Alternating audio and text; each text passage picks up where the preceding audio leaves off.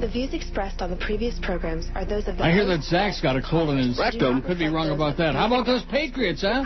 Whoa. Did I just dream that or what? The biggest names, the best talent. No, it was all good. The last 2 minutes of your Dolphin broadcast yesterday, the most embarrassing 2 minutes in radio history. Nice going, Jimmy Cifala. Hey, Jimmy. Oh, my God. Yeah. He's running up the score. Yeah. 560 WQAM. And even Sister Mary Mandich, my God, what a wussy. To talk to me, dial 5670560 in Dade and Broward. In other counties, call toll-free 877-785-NEO. Do the math, Mad Dog. Do the math. Or pound 560 on your AT&T and Verizon wireless phone. The opinions expressed by Neil, his guests. Somebody get Jimmy Cifala out of his coma, please. Somebody poke him in the old rectum. Wouldn't be the first time. Now, the Neil Rogers Show on 560 WQAM. A stench of cow manure hovers over this performance by the Dolphins. Absolutely.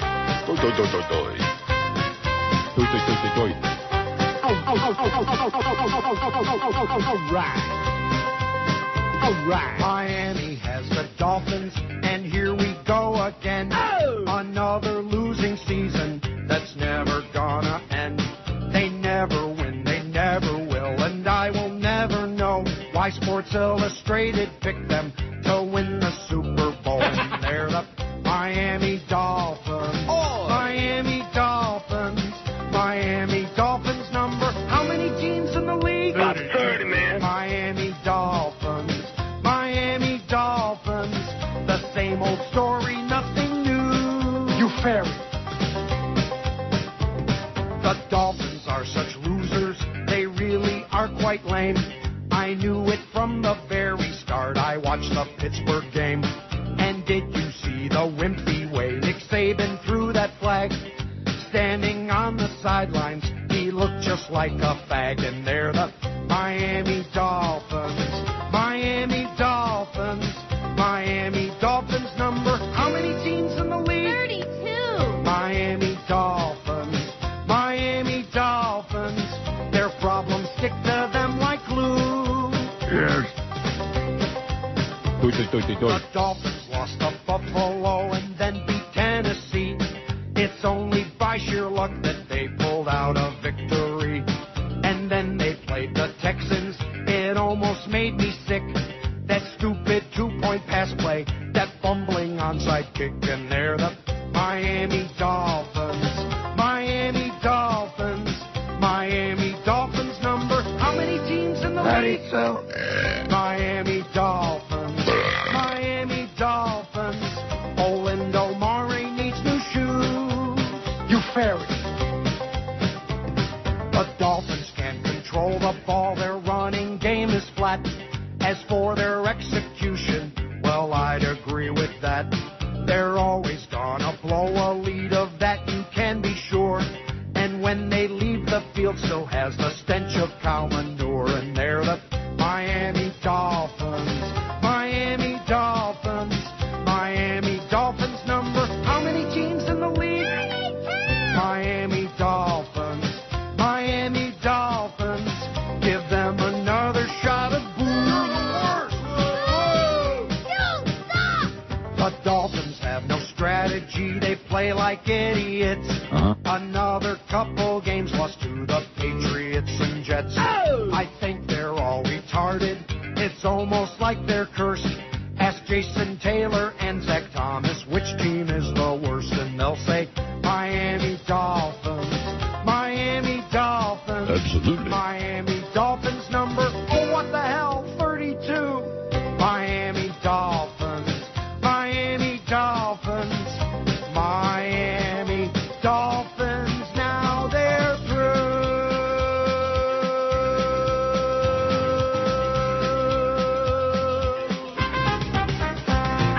10:04 at 560 WQAM. Happy Monday to you. Oh, possible UM game at 6 o'clock or 8:30. We got a game?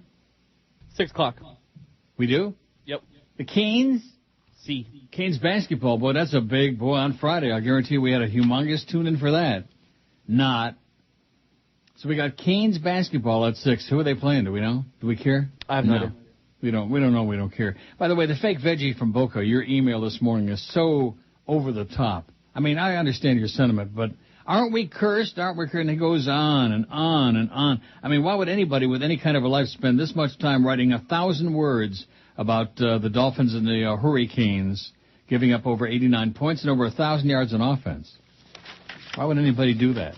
Well, I'll tell you. I have no life. That's the reason, fake veggie from Boca. And I will say this, I don't have one email from any Dolphin fan saying, oh, you kicked our ass, Neil, good job by your team, or anything even remotely like that. I'm sure they're writing them now. What? I'm sure they're writing them right now. No, they're not. Sure, come on now. No, they're not. They're doing like the last 2 minutes of our broadcast yesterday. I came in here, I have no idea why, but I'm so glad that I did. And I punched the button into Q so I could hear it. And Jimmy Cifala was barely audible. He was barely making any noises with his mouth. And Mad Dog and Little Dog were like, is he going to go for the touchdown here, man? That Belichick, man. Oh, he is. And Jimmy's call of the touchdown was the worst call of any touchdown in NFL history. Oh, it's another Patriots touchdown. I mean, I'm not exaggerating. He barely made sounds with his mouth. That's somebody's idea of broadcasting a sporting event? Oh, yeah, here we go again. This is such crap. When you people stop with this Sirius garbage, first of all, I got a good article today. Sirius is going to be out of business soon. Got a really good article from, what is it from? FMQB, or one of those joints. The fake Tom, Dick, and, oh, God almighty, why? Why me? And what's the other one? It sounds as if the sundown switch has been left on at AM. WQAM signal is the worst today. Redlands Jim says. The signal is the worst. How could it be any worse than usual? In other words, we're like on nighttime pattern? Mm-hmm. Hello? Can anybody hear us? Hello? Can you not hear me? I hear you, but I'm not talking about that. Oh, that. No, we're talking about the signal. Couldn't hear you this morning. Oh, that's right, because it's Monday, because they got a lot of important ball games and crap over the weekend. So every Monday morning has to be a disaster, and George has to re-potchkey around with the equipment and reset this and reset that. Every single Monday, because it's a horseball place. We got a wall of football, baby. We don't have time to screw around. That's right. The Dow's up 162 points, by the way. It looks like the wall crumbled down this week. Wow, the Hurricanes with that grotesque performance against Georgia Tech. They played like dreck. And then yesterday, wow. 48-28, and these people are crying. Yeah, he's running up the score. Yeah, that Belichick. By the way, Joey Porter, you're an a-hole, and everybody in the world knows it. Big mouth, stupid-ass mouth. Am I right, Chris? Okay, why? What? He's kind of out there. Well, wait a minute. What just happened there? What?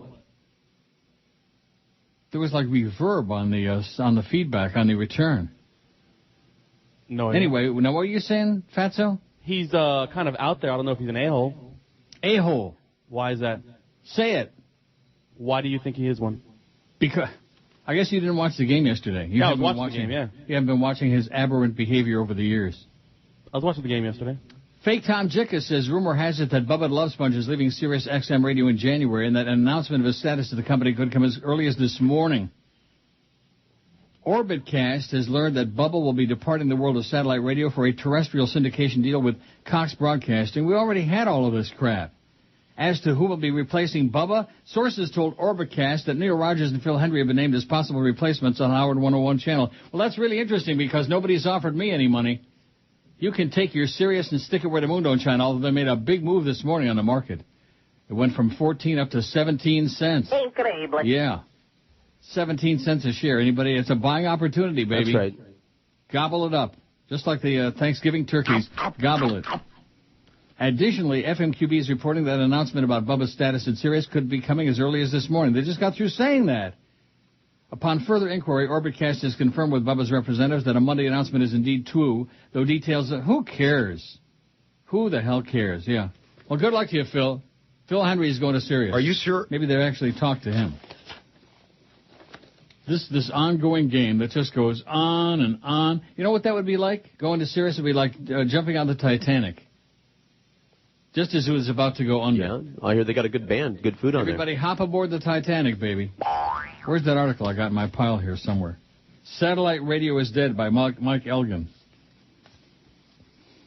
And haven't I been telling you that? Didn't I tell you in the beginning that it wasn't going to go over, wasn't going to fly, wasn't going to fly? But, oh, no, you don't know anything about radio, Neil. You don't know anything about radio. All of us radio groupies, we're the experts. You know, Mr. Radio and the fake Tom Jick and all these other geniuses. Glad you understand that. And like Jolly Joe Bell. He's a radio maven, man. Maybe they could put him on with Mike and the Maven. Here's the poll from Friday. I like this poll. This was good.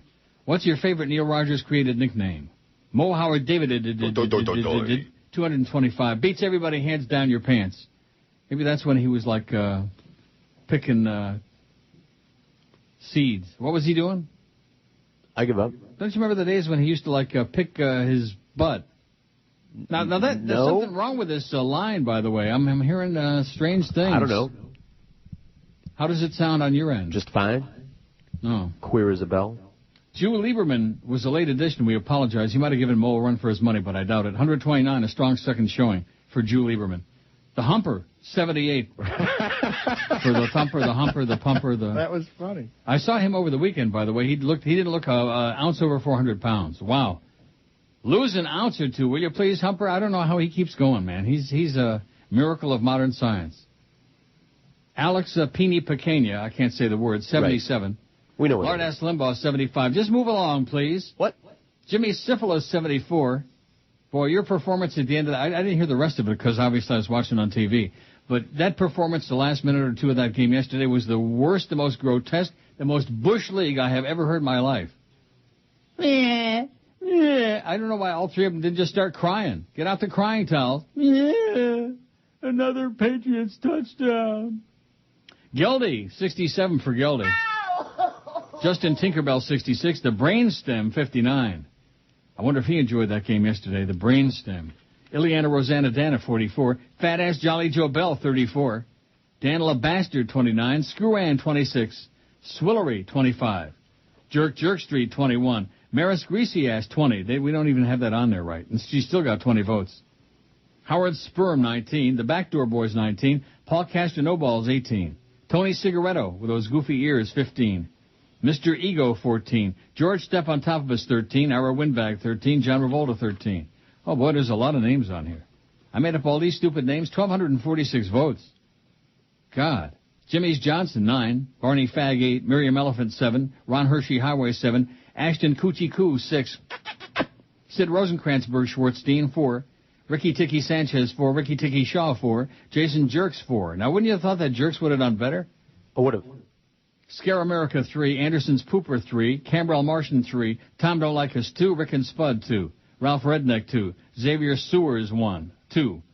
And 1 for Muff Lindsay, Kimba Camper, and Cesar Odious. The biggest names. The best talent. This is Neil Rogers. Sports Radio 560 QAM. The sports lead. No portion of this program may be reproduced without the express written permission of WQAM BZ Broadcast Group, Incorporated. A stench of cow manure hovers over this performance by the Dolphins. All right! Holy Toledo. All right. Well, Buffalo has a football team, the greatest in the land. And everybody thinks they're great, because they really are. The Buffalo Bills are the number one. See what I mean? So just sing along. When you say Miami. When you say Buffalo. Super Bowl. And hear the Buffalo Bills. Buffalo Bills. They're the greatest team in the history of the human race. They're the Buffalo Bills. They're the greatest thing since sliced bread and canned beer. Yeah, there you go. And you jazz up that redneck stuff. They listen to that banjo. Holy sweet God, listen to that. When you say Buffalo Bills, it don't sound so rednecky, do it? Everybody sing along now. Are you Bill fans? Here we go. Well, the Buffalo Bills are the best team. They have the best record over the last 5 years. And they went to the Super Bowl 4 times, which is more than I can say for this scum-sucking fish. And they're the greatest, because I really like their uniforms. They sure as hell beat the heck out of having a fish on the helmet, because they're the Buffalo Bills. The best football team what I ever seen in the history of my life. They are the Buffalo Bills. The Buffalo Bills. The home of Jim Kelly, the greatest quarterback in the league. Yeah, everybody, the Buffalo Bills. They're the Buffalo Bills. And they've been around longer than the stinking rotten fish. Well, they're the Buffalo Bills. Buffalo Bills. What would you rather have as a pet, a buffalo or a fish? 10:19 at 560 WQAM. Here's the poll that we got up there right now. And boy, it really sucks. Sorry, Charlie B., but your polls lately. Now, that other one was good, the one we had on from Friday, but that wasn't his poll. That was from some listener, a listener. Okay. And a physician. Here's the current one, and it really blows. Like I said, 480 votes on it. If you were Neil and had his money, what pastime or pursuit other than the slots would you splurge it on? See, again, it's a Neil-centric poll because Charlie B. is obsessed. I think he wants to wear your skin. Oh, my God. He's like just pathetic. To touch the flesh. Yeah. To wear the flesh. First of all, how does he know how much money I got? And the answer is he hasn't got a clue. Or is it any of his business? Travel to exotic locations, 145. Hookers, 60. Yeah, I get a lot of hookers. Sugar daddying some hot young thing, 55. Yeah, where is he? I'd stuff it all under my mattress, 41. A big new house or condo, 22. I'd stick it all in the bank, 20. Real estate, 16. Electronics and gadgets, 14. My friends, 13. That's what I spent it all on, my friends. My friends. And George says I buy my friends. I don't have any real friends. That's not what I said. That's exactly what you said. That's someone else's said, line. Fatso? That's someone else's line. I don't remember that one, no. No, you're so... What is with you today? What? What is your problem today? Just because your team lost it's a game Monday. yesterday? You came in crying. You should have seen. No, not at all. Yeah. Orange paint on his face, all smeared. You hear that drill? No, not yet. I heard the hammer in this morning. I heard that drill. Oh yeah, they're banging and clanging upstairs in the apartment right above. They're doing some refurbishing up there. It's been going on for days and days. I don't care. If the signal's really that bad, well, what difference will it make? An exotic car, 12. Investments, 12. Strippers, 11. Charity, 9. Drugs, 9. A yacht, 7. A private jet, 6. Yeah, like those auto guys. Fine dining, 5. Plastic surgery, 3. Collectible art, 3. Tickets to sporting events, 3. Oh, yeah, that's what I want. Tickets to sporting events. Bodybuilding, 2. A motorcycle, 2. My medical ailments, 2. Food, and more food, too. Boy, I ate yesterday like a pig. I ate enough food to sink a battleship. All carbs. No, not all carbs. I had a couple of cheeseburgers without the bun. And then from that point on, it was all carbs the rest of the day. You know those big M&Ms, the big bags like the family size? Mm-hmm. I ate the whole thing. The stock market won. Oh, yeah, it's a buying opportunity. That's what the fake Maria says. And none for jewelry and fine gems, booze, phone sex, or porn. Out of the first 480 votes on this horrible Charlie B. poll. Charlie, you got to do better than this. I mean, you don't have to, but I would imagine that you possibly could. He just taps out whatever first thing comes to mind. He puts them on there. Here you go, Neil. Here's some of my great polls. Ho, ho. Now, speaking of, and I'm not knocking Charlie B. He's given us a lot of material over the last 2-3 years, however long he's been on there. At least he makes an effort, you know. Yeah. Let's see, we got Big O at 2, Mad Dog at 4, and at 6 o'clock we got the game? Yes. UM basketball against somebody. We don't know who it's going to be, and we don't care. And then I guess DA follows the UM basketball. He always gets to follow something that's like dead air, you know. And then they wonder why his share always starts with a... Oh! He got a 1-something, though, this time, I think, again. Second month in a row, he got a 1-something share. Attaboy, DA. You keep plugging away, baby. Little did he know when he came schlepping over here from Kansas City. Of course, he left there, he was unemployed. You know, he got canned. And Jolly Joe Bell made him an offer he couldn't refuse, and he came down here with his tail between his legs, and oh, my God, he must be suicidal by now. DA. Okay, Hungry Bear, who's a real pain in the ass. This is what he says. Oh, no, this isn't the... No, let me read the other one first. Neil, you did such a great job. You really beat the Finns. Congratulations. You are so great. How did you do it? Then he goes on, you went in to listen to the radio broadcast of the game. Shocking what a lifeless loser you've become up there in Canada. No, I didn't really come in here to listen to the radio broadcast of the game. I came in here to send some news stories to Eric and Cordes for NeilRogers.com. That's why I come in here. That's the only reason I come in here on the weekend. And while I was sitting here, since there was like a minute and a half left in the game, I thought I'd get the lay of the land. So I punched down the Q button, and I listened to the last minute and a half of the embarrassment. The terrible trio. It was the worst.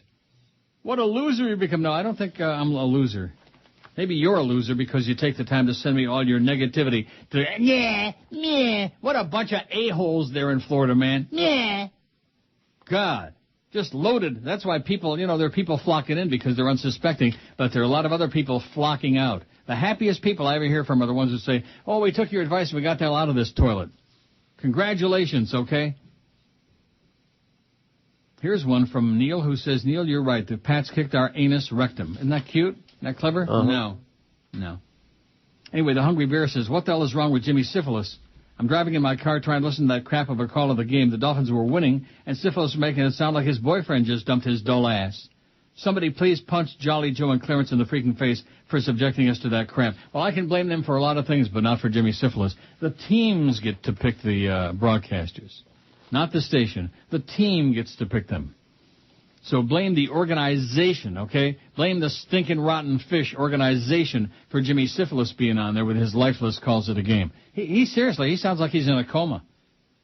Remember that Perry Como bit on SCTV where he had practically an oxygen tent? He was laying down in bed singing.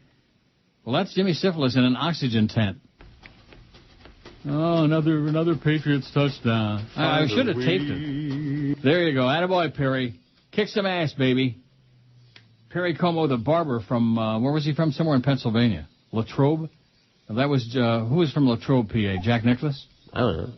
Arnold Palmer? I don't know, somebody. Do you hear that drill going? Can you hear it? No. You can't hear that? Nope. Sounds like someone's shaving. Yeah, it sounds like somebody's shaving their genitals.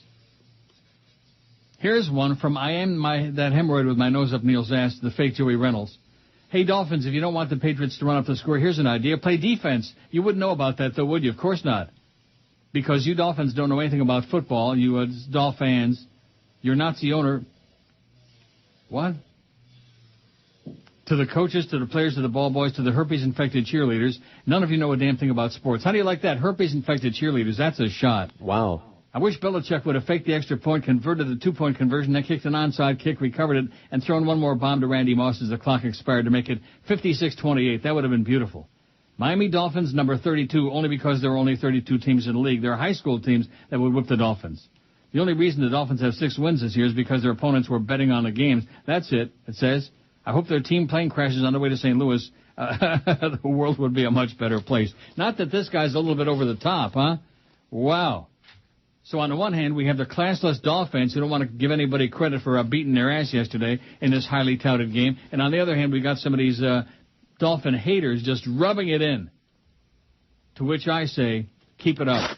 The biggest name. Rubbing it in, man. How's Matt Cassel doing? Want to rub it in? The sports Rub this. leader. The biggest names, the best Talent. It's the big dog, Joe Rose. Take it, stick it, pick it, Always wick it, matters. nick it, Sports Radio lick it. 560 QAM. The sports leader. Yeah. M-O-N Cricket. D-A-Y-S-U-C-K-S.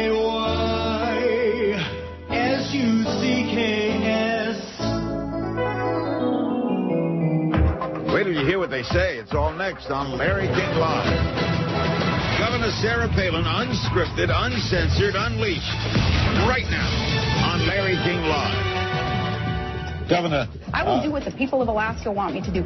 My life is in God's hands. If he's got doors open for me, I invite you to come up to Alaska and especially look at the resources. Again, I'm not going to close any doors of opportunity. Governor. And the door is open for me to do so. It would be something that I am who I am, though, and I call it like I see it. And some of those questions, regarding, I'm not going to close any doors that perhaps would be in front of me and would, I'm not going to close any door there in terms of opportunity that may be there in the future. But at this point, my life is in God's hands. If he's got doors open for me. What a story. Again, I'm not going to close any doors of opportunity. Now, don't interrupt. We're almost out of time so quickly.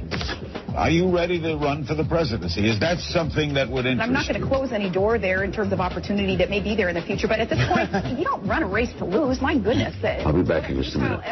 What a waste of that chapter is closed. She's everywhere, baby. She's like a freaking disease. She's like syphilis. Oh, I'm sorry. Nobody's like him.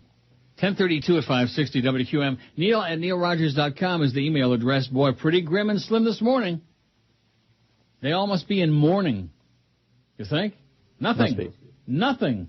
I just clicked on that baby again, zippity-doo. Oh, and by the way, I was telling George before the show this morning, one of the real, I mean, it's not a big deal, but one of the real nice things about Outlook Express is that when you block somebody, they don't know it. Right. It automatically goes to your deleted items, and then you can check your deleted items. You can see the same losers that you blocked, and they're, and of course you don't read it. You see it's Dan from Maryland again, or Mr. Human Events, or whichever other loser is sending you a bunch of crap. We're thinking that they're sending it to you. In the meantime, they're blocked, and you're not paying any attention to it, which is a beautiful thing. Let me look on there. I have Charlie B. Poll for tomorrow. I don't even know if I want to use this one. It's another really bad one. But it's a poll, you know. I don't know how you feel about it. It's a freaking poll. Yes. 16 cents. Oh, they lost 1 cent of the 3-cent gain they made. Sirius? Back down to 16 cents. Speaking of that, here's the article I was talking about. Mike Elgin from FMQB. Satellite radio is dead. This is written November 19, so last Wednesday. He says, I hate to say it, but somebody has to. Satellite radio will come crashing down to earth within the next 2 years. The newly merged Sirius XM radio is already living on borrowed time and borrowed money and simply will not and cannot survive. First of all, I'm not an anti-satellite guy. I don't want satellite radio to end, partly because I have a lifetime subscription. My family has 2 subscriptions in all, and I listen to satellite all the time, but reality is working against both the Sirius XM radio company and the idea of radio delivered by satellite. As a competitor to radio, satellite rules. It has the most advantages as radio. It has most of the advantages, namely that it's easy to use, it's in the car, it has content you can't get elsewhere, Howard Stern, for example, plus it has qualities regular radio doesn't have. Better sound quality, far more content, and focused channels like the Elvis channel. Satellite radio isn't remaining static either. It's evolving into something better than what it used to be. The devices are becoming better and smaller and gaining great features such as the ability to TiVo programs. Unfortunately, however, the rest of the world is evolving too. 6 trends will kill satellite radio. 1, the rise of MP3 phones.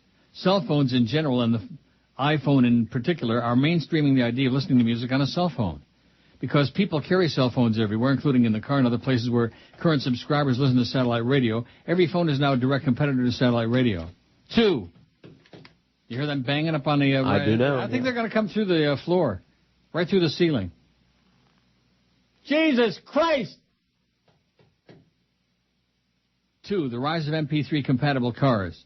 When satellite radio first hit, it was very difficult to listen to an iPod in a car. Now it's becoming very easy with dashboards either containing MP3 players or supporting them with jacks. Jerks? 3, the coming wave of mobile broadband dashboards. Cars are increasing. It's driving me nuts, that drill. Can you hear the drilling? Nope.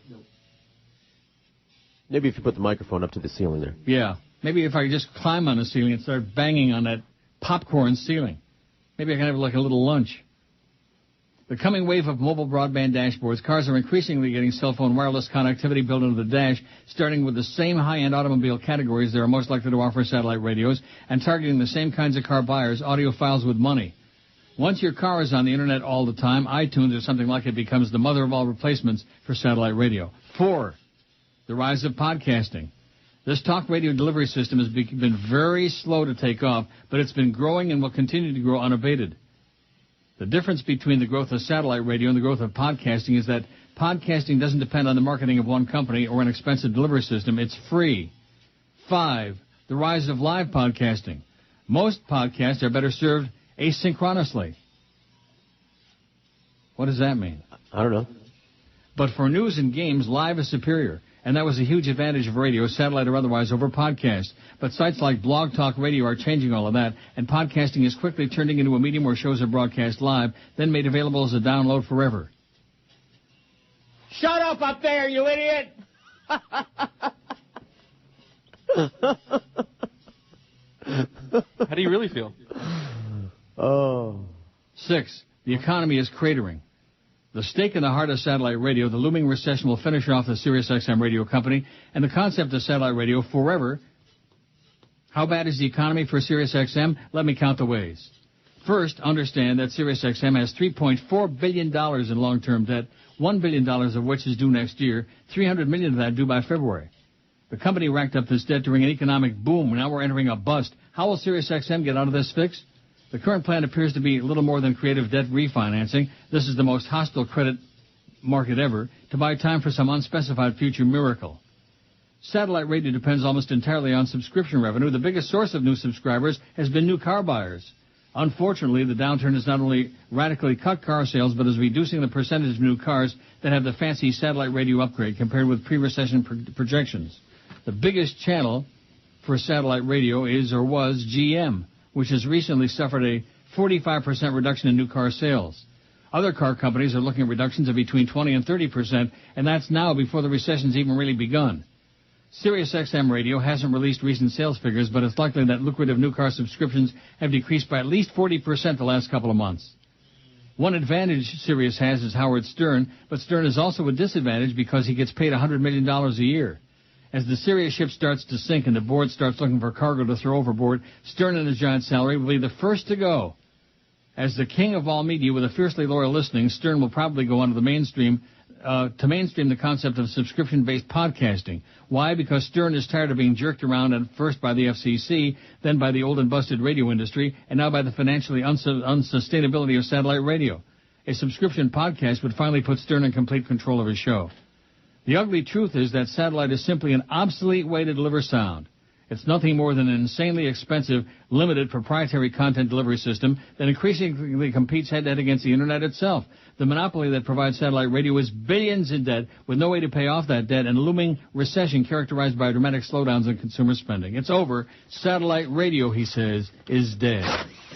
Dead. The best talent. Rogers. Sports Radio 560 QAM. The sports leader. The biggest names. The best talent. It's the Mad Dog. Jim Mandich. Afternoons 4 to 7. Sports Radio 560 QAM. The sports leader. You get a lot of big sports. Neil Rogers on Sports Hole Radio, WQAM.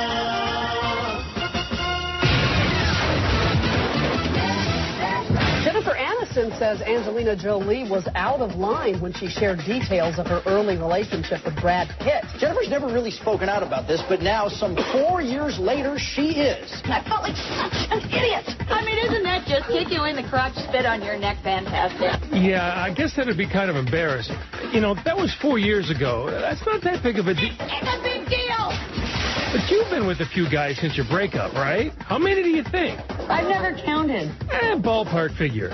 I would say maybe 150. Let's just say 200. Whoa. It is so much fun. Yeah. It's fun and it's exciting. You want to have fun during the commercial? Let me show you my underwear. 10:44, and I'm telling you, they're drilling up a storm. I feel like I'm locked into a dentist's orifice. Yeah. You can't hear it? No. Yes. Shut up there, you idiot! Now, don't tell me they can't hear me, okay? If I can hear the drill. Of course, they got the drill right next to their head. Hopefully they'll have an accident.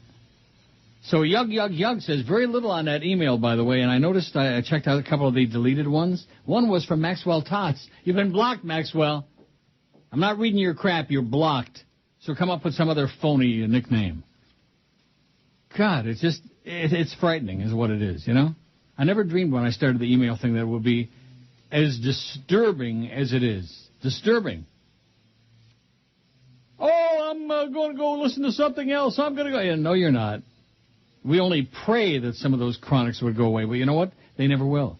Because like George says, crazy people are really dangerous. Yep. When you run into crazy people, run the other way. Anyway, Yug says that Orbitcast article you read said that Sirius is considering replacing Bubba with either you or Henry. Their source for that info was that loser, Mr. Radio, who emailed them that crap, which he heard on your show. Mr. Radio. Uh-huh. See what I mean? Yeah. Oh, good. Here's another poll suggestion. I like this one from Unipart. Thanks, Unipart. I'm getting rid of that last Charlie B one. I'm dumping it. Sorry, Charlie. Outlook Express, there it is. Poll suggestion, delete. Here's one. You see where we're giving Citigroup a bailout of a few zillion dollars? Yeah, $20 million. $20 billion. But what they aren't making clear is that we are also guaranteeing their bad loans. They pay the first $29 billion of losses, and we split the balance of their losses. 90-10 with them. Guess who's getting the 90% of losses? These bastards are leaning us over to the washing machine and giving it to us without proper lubrication, says Ron. Sure hope Obama has a clue and is not a crooked clue beggar like the current bastards, says Ron, who's obviously worked up way too much. Here's a photo of somebody. A photo. Press release for immediate release. Fort Worth photographers launch new studio specializing in glamour photography with exotic cars. And here's a couple of people. A guy and chubby guy with a beard and some chick. She ain't too bad. And that's it. Why do I care about that? Do you care about that? No. Why in the world? Who is this from? Josh Davis Photography? Get a life, Josh. If you want to buy advertising, send us some money. Oh, hey, now here's a cute picture. A little dog, a little bit like Tiny, only brown, with a cap on. You don't have to read this on the air. I just wanted you to know my husband, Greg, in Loretta, Florida, and I have been listening to you for a long time. There's an attachment on this, too, and the attachment, I'm sure, is the same picture as the one with the dog. Oh, how many times have I said, don't send me attachments, don't send me links? How many million times have I said that? These people are like little children. Don't pick your nose. Don't pick your ass out in public. Don't pick your dingleberries like Mo. That's what I was trying to think before. Remember, he was picking dingleberries. Yeah, he was. Yeah. Right in front of everybody, too. That's the worst part. Jesus God, Mo. So Mr. Radio is spreading rumors and crap, and the fake Tom Jicka, and the fake this one and that one. Crazy people. Boy, I'm telling you, I'm surly today. I should be in a good mood after the ball game, but my life doesn't revolve around ball games. I had a good weekend at Woodbine. Won a couple of bucks. Tax-free. Anyway, here's what it says. You don't have to read this on the air. I just wanted you to know my husband Greg in Loretta, Florida, and I've been listening for a long time. Now it seems that whenever we hear something on TV or radio or anywhere, we have a habit of recalling something you said or a skit from your show, and we both say it at the same time and laugh. My daughter even listens to you, and she's 24. We've had many laughs from your show when you're on, and even when you're not. Thanks for the brainwashing. This morning I was giving a dog medicine. You were talking about Jimmy Syphilis, and I said to my husband by accident, Jimmy just had his medicine. And we laughed like crazy. Our dog's name is Stevie. Well, thanks, Karen. Get a life. I have no life. How do you like that? Mm-hmm. The dog's name is Stevie, and they're referring to him as Jimmy Syphilis. What a shot that is. Am I the only person that heard? I mean, I came in here, like I said, to send some stories to Eric and Cordis. And I've never done that before. I punched up just the cue button so I could hear the last minute and a half and, see how the thing finally ended up. It was already 41-28 when I came in here, so the conclusion was foregone. The game was finito. And what I heard, it would make Dave Van Boring sound like Rumpelstiltskin in Heat. That's how coma-inducing it was. Comatose. I don't expect you to get all excited when you're losing the game, but Jesus, God almighty, give it a little something, Jimmy, for crying out loud. Give it a little something, you right-wing a-hole. You idiot. You fairy. Right. The Dow's up 272 points. Aren't you thrilled? Like you don't know. And that drilling is going on and on. And you know what? I don't care. You're not thrilling at the drilling? Has anybody else made any comment about our signal being real bad today, or is that it? Not to me, no. Well, that's because nobody in that building listens to us anyway. That's right. We could be off the air, and it has happened. We've been off the air for periods of a few minutes, and nobody in there knows because they don't listen to it. Well, we don't listen to that damn faggot. Plus, they don't listen to the station anyway. It's AM, People over there on the other side of the building at Power. Oh, well, you people are only on AM. We don't speak to you. You're on AM.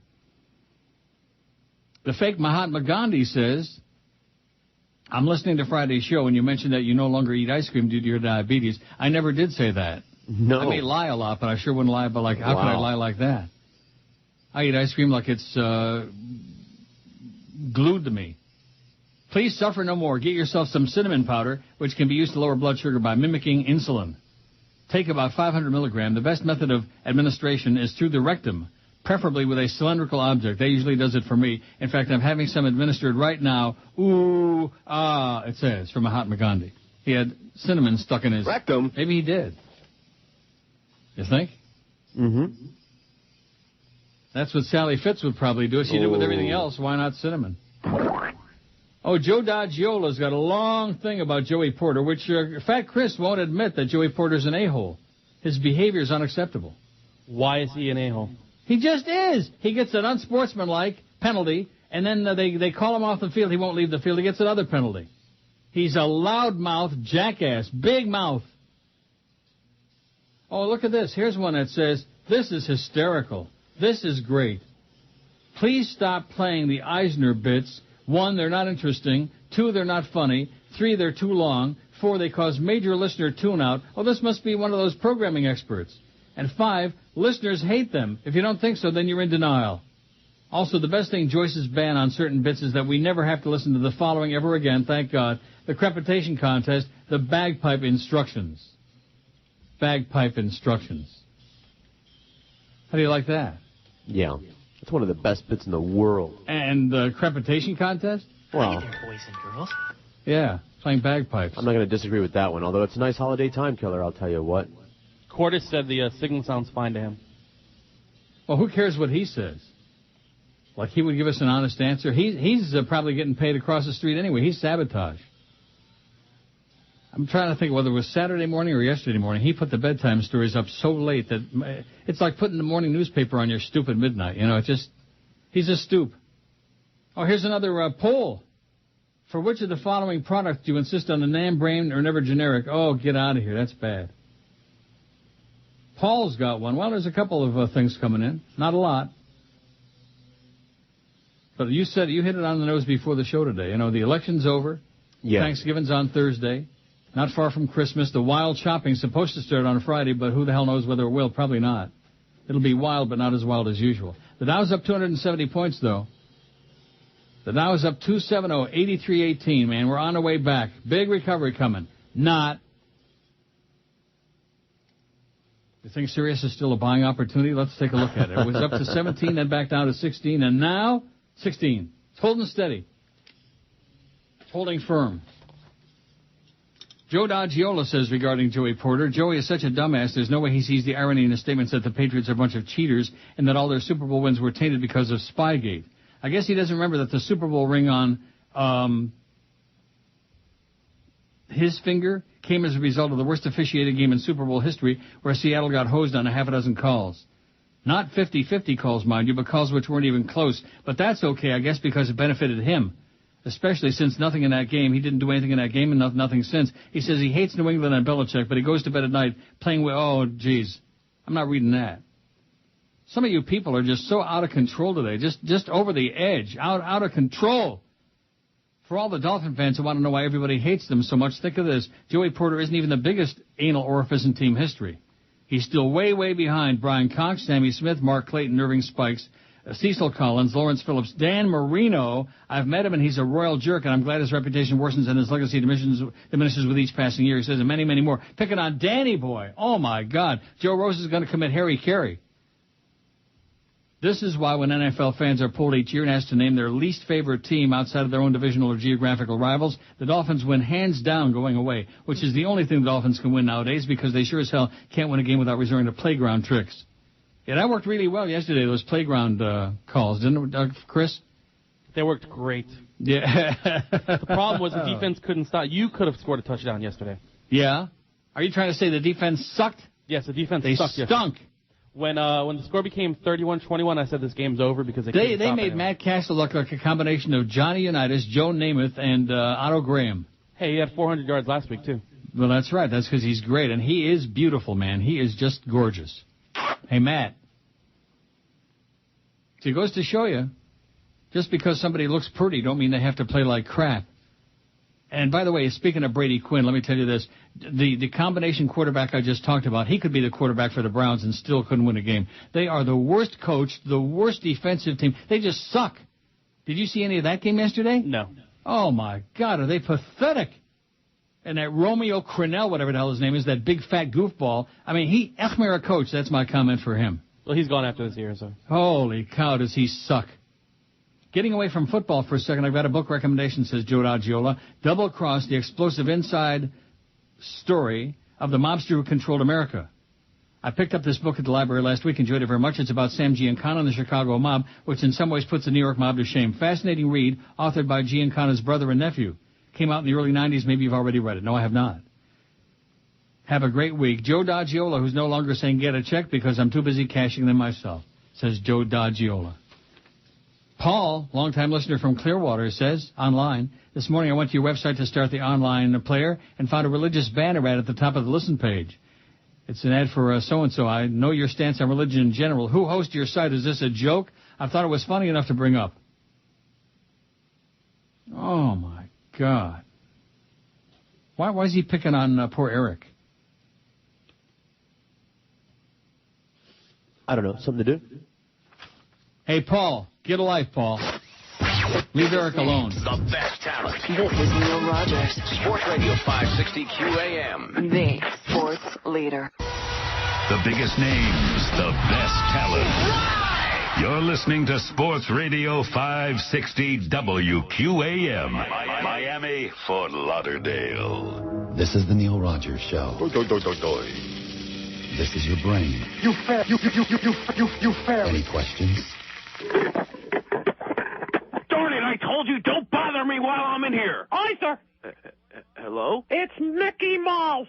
Oh, Mr. Mouse, good morning. How are you? What the hell are you doing to me? Nothing, sir. You're freaking killing me. No, I'm not. I got David Kelly calling me every 3 minutes. Why did we move the practice? Sir, you told me to move the practice. I didn't tell you any. You must have misunderstood me. No, sir, you said move the practice to Monday. Hey, listen, butt wipe. I'm the boss. I make the decisions. You take the heat. Right. You move the practice. Okay. How we doing with it anyway? Oh, my. Hold on. Right. Remus. Yeah, boss. Shut the hell up. I'm on the phone, Remus. Eisner. Yes, sir. What was your question? I'm telling you, I'm going crazy over here. Between David Kelly and now Michael Jackson calling me every 3 minutes, I'm going to go out of my freaking mind. Hold on. Remus! Can't hear you, boss. Stop it, Remus! I'm sawing the floor, boss. Stop sawing the floor, Remus! Remus! What's this in my hand, Remus? That's your penis, boss. My other hand, Remus. Oh, that's a phone, boss. Right. I can't hear anything, Remus. Stop sawing the floor. Sorry. Eisner. Sir, the moves are working out very well. The practice is fourth in its time slot and moving up. Fourth in its time slot? Christ, are we even beating the WB? Barely. Oh, my God. And the Michael Jackson thing was a rating success. Of course. Hold on a second. Remus. Yeah, boss. What the hell are you doing with a harmonica, Remus? Playing a little song for you. Don't play it, Remus. I'll jam that thing down your throat. And get that bluebird away from me. Oh, come on, bluebird. I'm allergic. Eisner. Sir, over 25 million people saw Shut up, Eisner. Listen. Yeah. You see me, what I'm doing here? Sir, you're on the phone. I know I'm on the phone. Do you see what I'm doing? Use your imagination for crying out loud. I'm moving my hands up and down, side to side. I'm the puppet master. I say it, you do it. Now Fox is going to air all the stuff that you cut out of the Michael Jackson interview. But sir, you told me to edit out all that stuff to make him look like a freak. Puppet master, me. Idiot. Oh.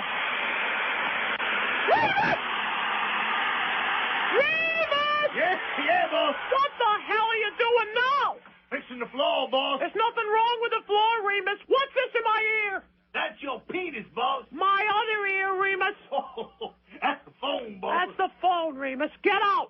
Come on, Bluebird. Get out. Eisner? Yes, sir. Killing me. Killing me. I'm sorry, sir. Killing me. Sorry. Killing me softly. So speaking of puppets, guess what movie was on yesterday, which I love that movie. Pin. Very corny. Huh? Pin. No, The Attack of the Puppet People. There's a movie called The Attack of the Puppet People? You never saw that, where the crazy guy, he has the machine that makes these people, he traps these people and he puts them in the machine, and they're like midgets, like real tiny people? No. You never saw that? Maybe. Is it black and white? Yeah. Maybe. Ancient. Did they have to run around and comes chasing after them, and they go into the cardboard box, and hide. That sounds vaguely familiar. I'm going to look it up. Jim in Gettsville, New York. Chronic. Says, Neil, that book, I read that book. It's great. Give it a look. The Shooter from the Grassy Knolls, even name, if you believe everything you read. The book that the guy was peddling a minute ago, which I probably Schmidt-canned it. Too bad. Do I have it? No. Well, maybe he'll send it again. Or not. Meanwhile, Rob, Chronic Rob, all we get hear from are the Chronics. Nobody else has got nothing. The Chronics. Rob, I blocked Rob, and he's still back there again. How is that possible? Can you tell me that, Mr. Nope. Technical Wizard? He changed his email. Let me look at my deleted items here a minute. DC, where the hell? Here it is. DCCRFM at AOL.com. Yeah, I had blocked him already, and he showed up on here again. Damn it.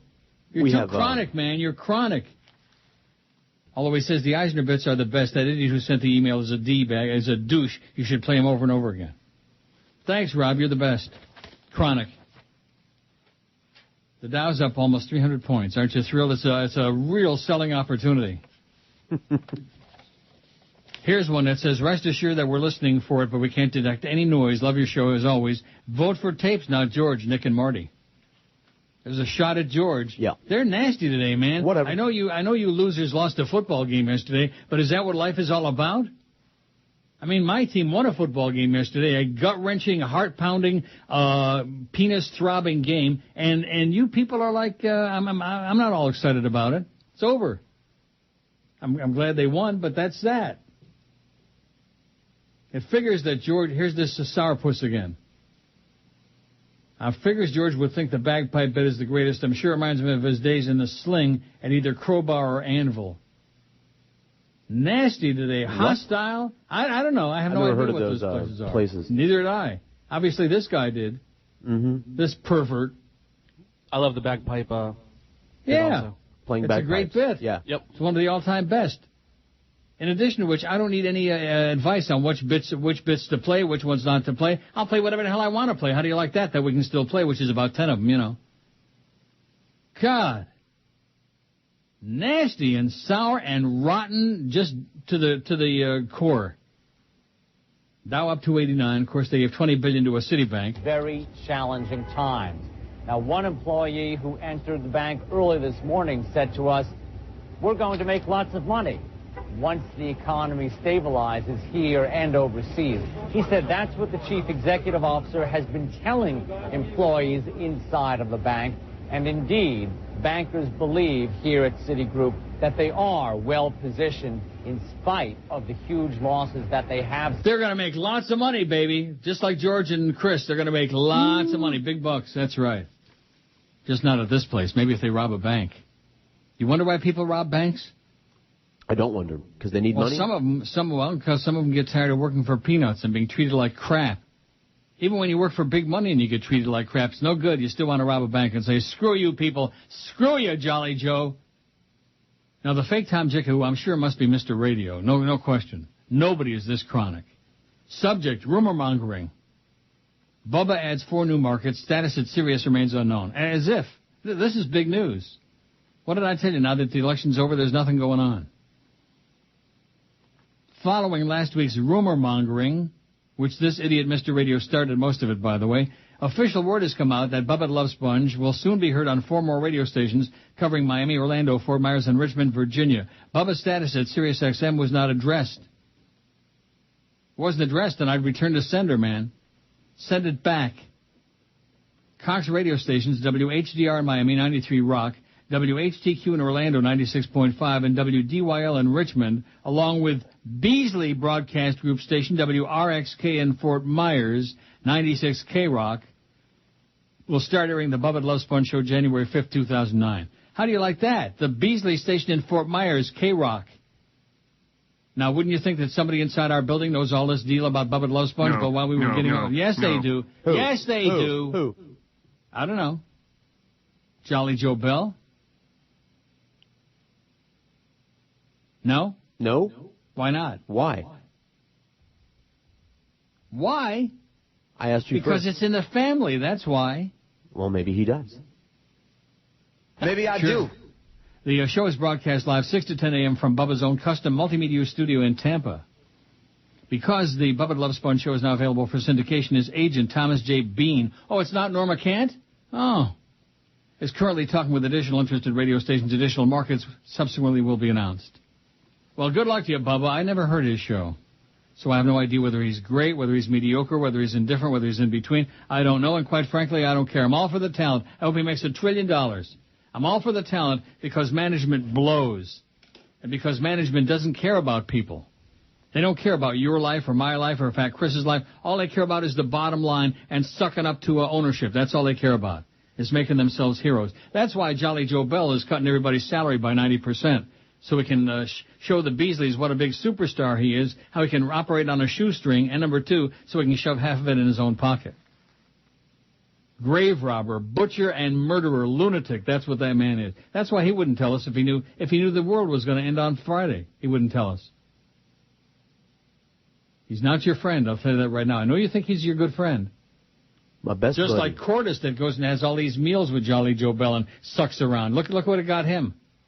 Look what it did for him. He still comes running around here begging for $1,000 every couple of months. Oh, please send me a check, please. You mark my words, man. The day is coming. In fact, maybe when January 1st comes, there will be some kind of a change. Maybe you'll be doing the show. Maybe I'll be calling in sick every day for a few months. Hope not. Why not? Slacker. Slacker my ass. Yeah, they don't come any slacker. 582 votes on this very Charlie B's last poll for a while. Give it a rest, Charlie. Thank God that somebody sent me this other one for tomorrow. If you were Neil and had his money, which the very premise of that is just so condescending to everybody else. Oh, well, Neil's got all the big bucks, all you schleppers out there. Charlie, you're a suckhole, man. I can't handle suckholes. God. What pastime or pursuit other than slots would you splurge it on? Travel to exotic locations, 194. Hooker, 74. Sugar daddying some hot young thing, 66. I'd stuff it all under my mattress, 45. I'd stick it all in the bank, 26. A big new house or condo, 24. Real estate, 18. Electronics and gadgets, 18. My friends, 17. My friends.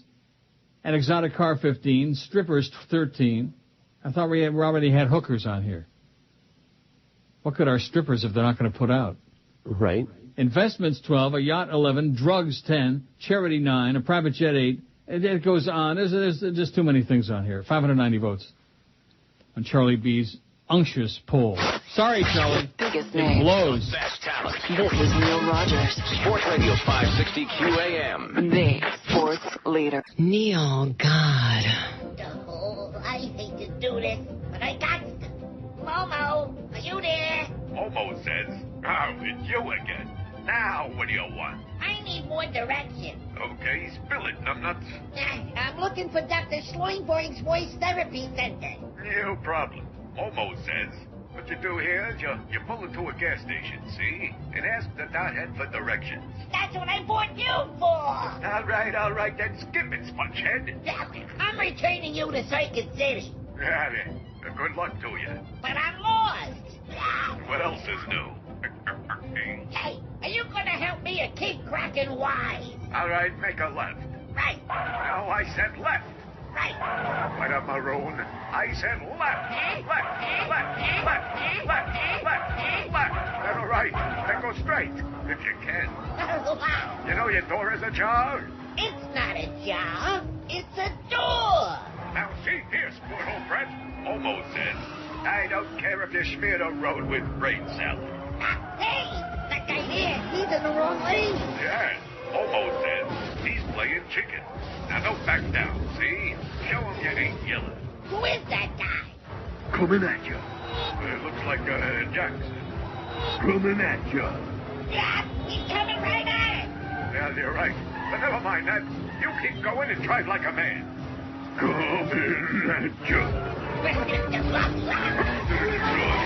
Damn it.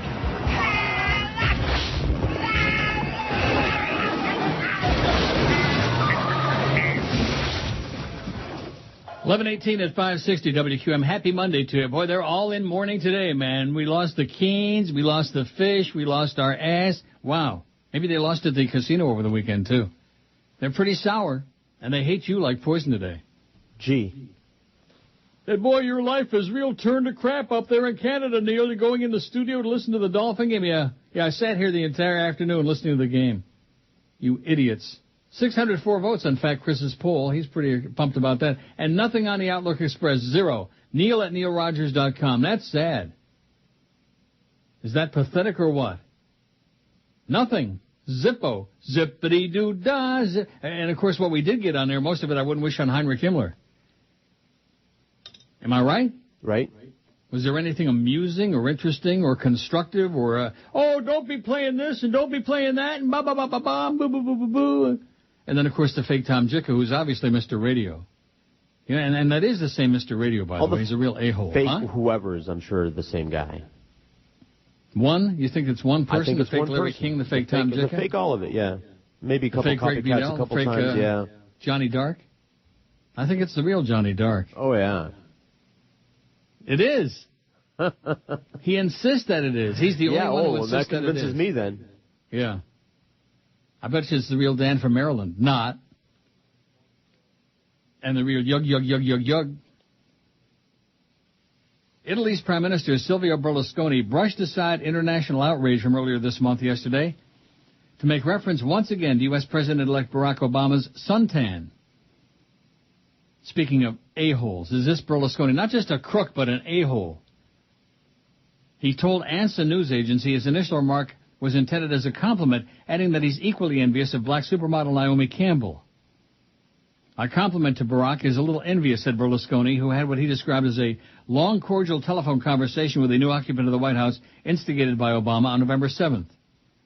We would all like to be tanned like Naomi Campbell and Obama, said the self-made billionaire, who sports a permanent tan, during a press conference in Pescara, Italy. Italian-born French First Lady Carla Bruni Sarkozy was so outraged at Berlusconi's initial comment about Obama being young, handsome, and even tanned, she said she was happy to have become French. How do you like that?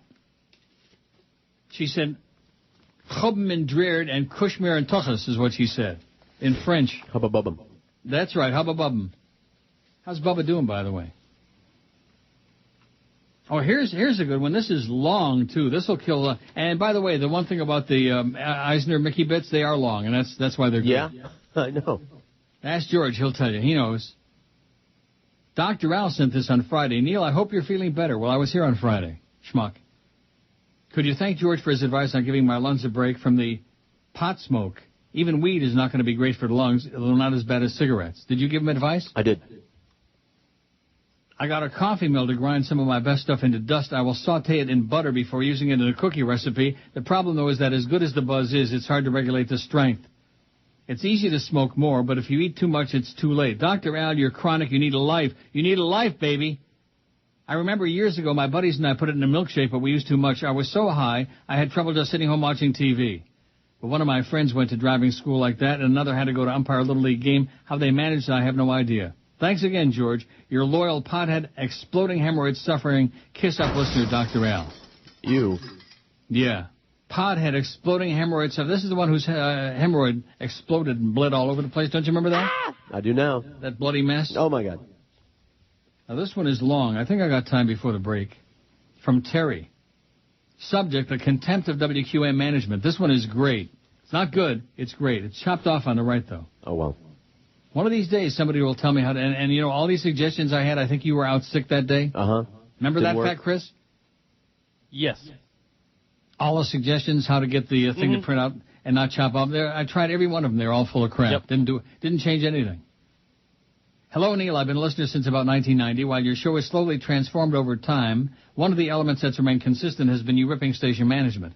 I can only come up with a handful of names of managers and salespeople who've been the topic of ridicule over the years, and I have no idea how to spell most of them. There was Mike Disney, who would proudly give his opinion, Pete Bolger, the radio assassin, Tom Denenberg, the world's biggest a-hole, Bob Green, who tripped Hank down the stairs.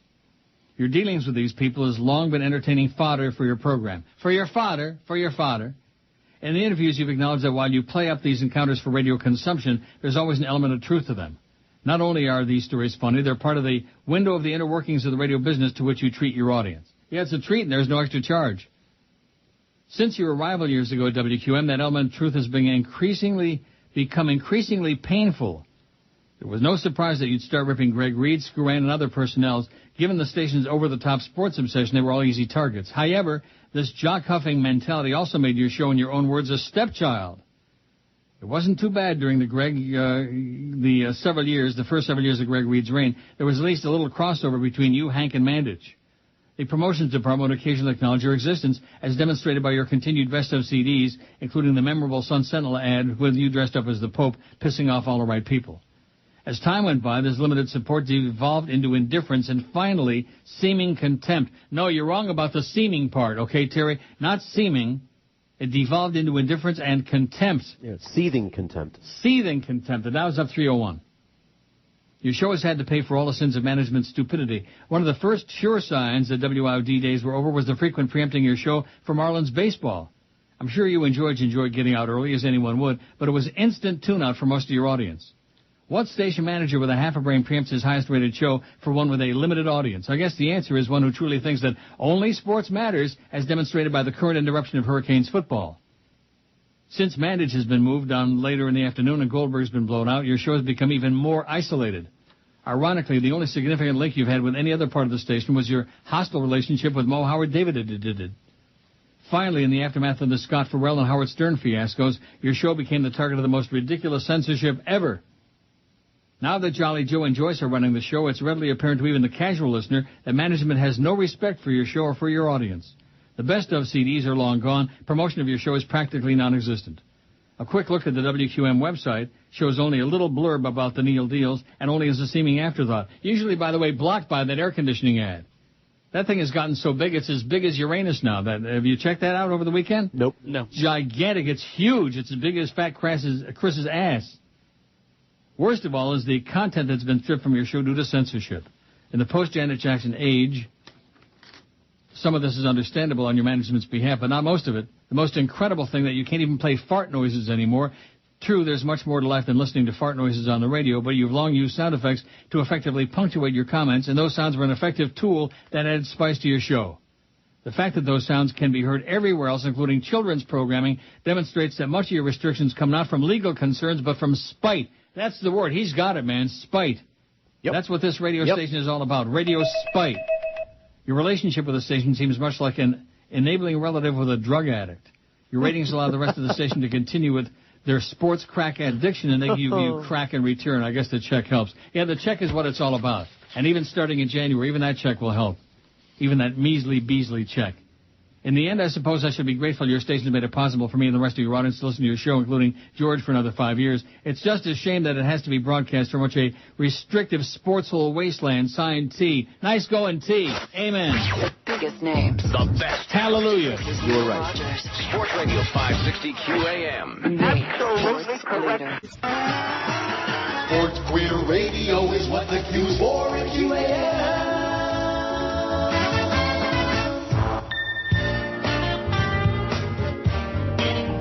You fairy. Newt, what you want? Newt, people, I got it. Newt, some tax money. Newt, so you can spend it. Newt, check your mail for a little rebate. When you get home, spend all of it. Hey, people, spend all buy of it. An iPhone, spend all of it. Buy two, spend all of it. Tell you what, this recession, Newt. Don't worry about it, honey.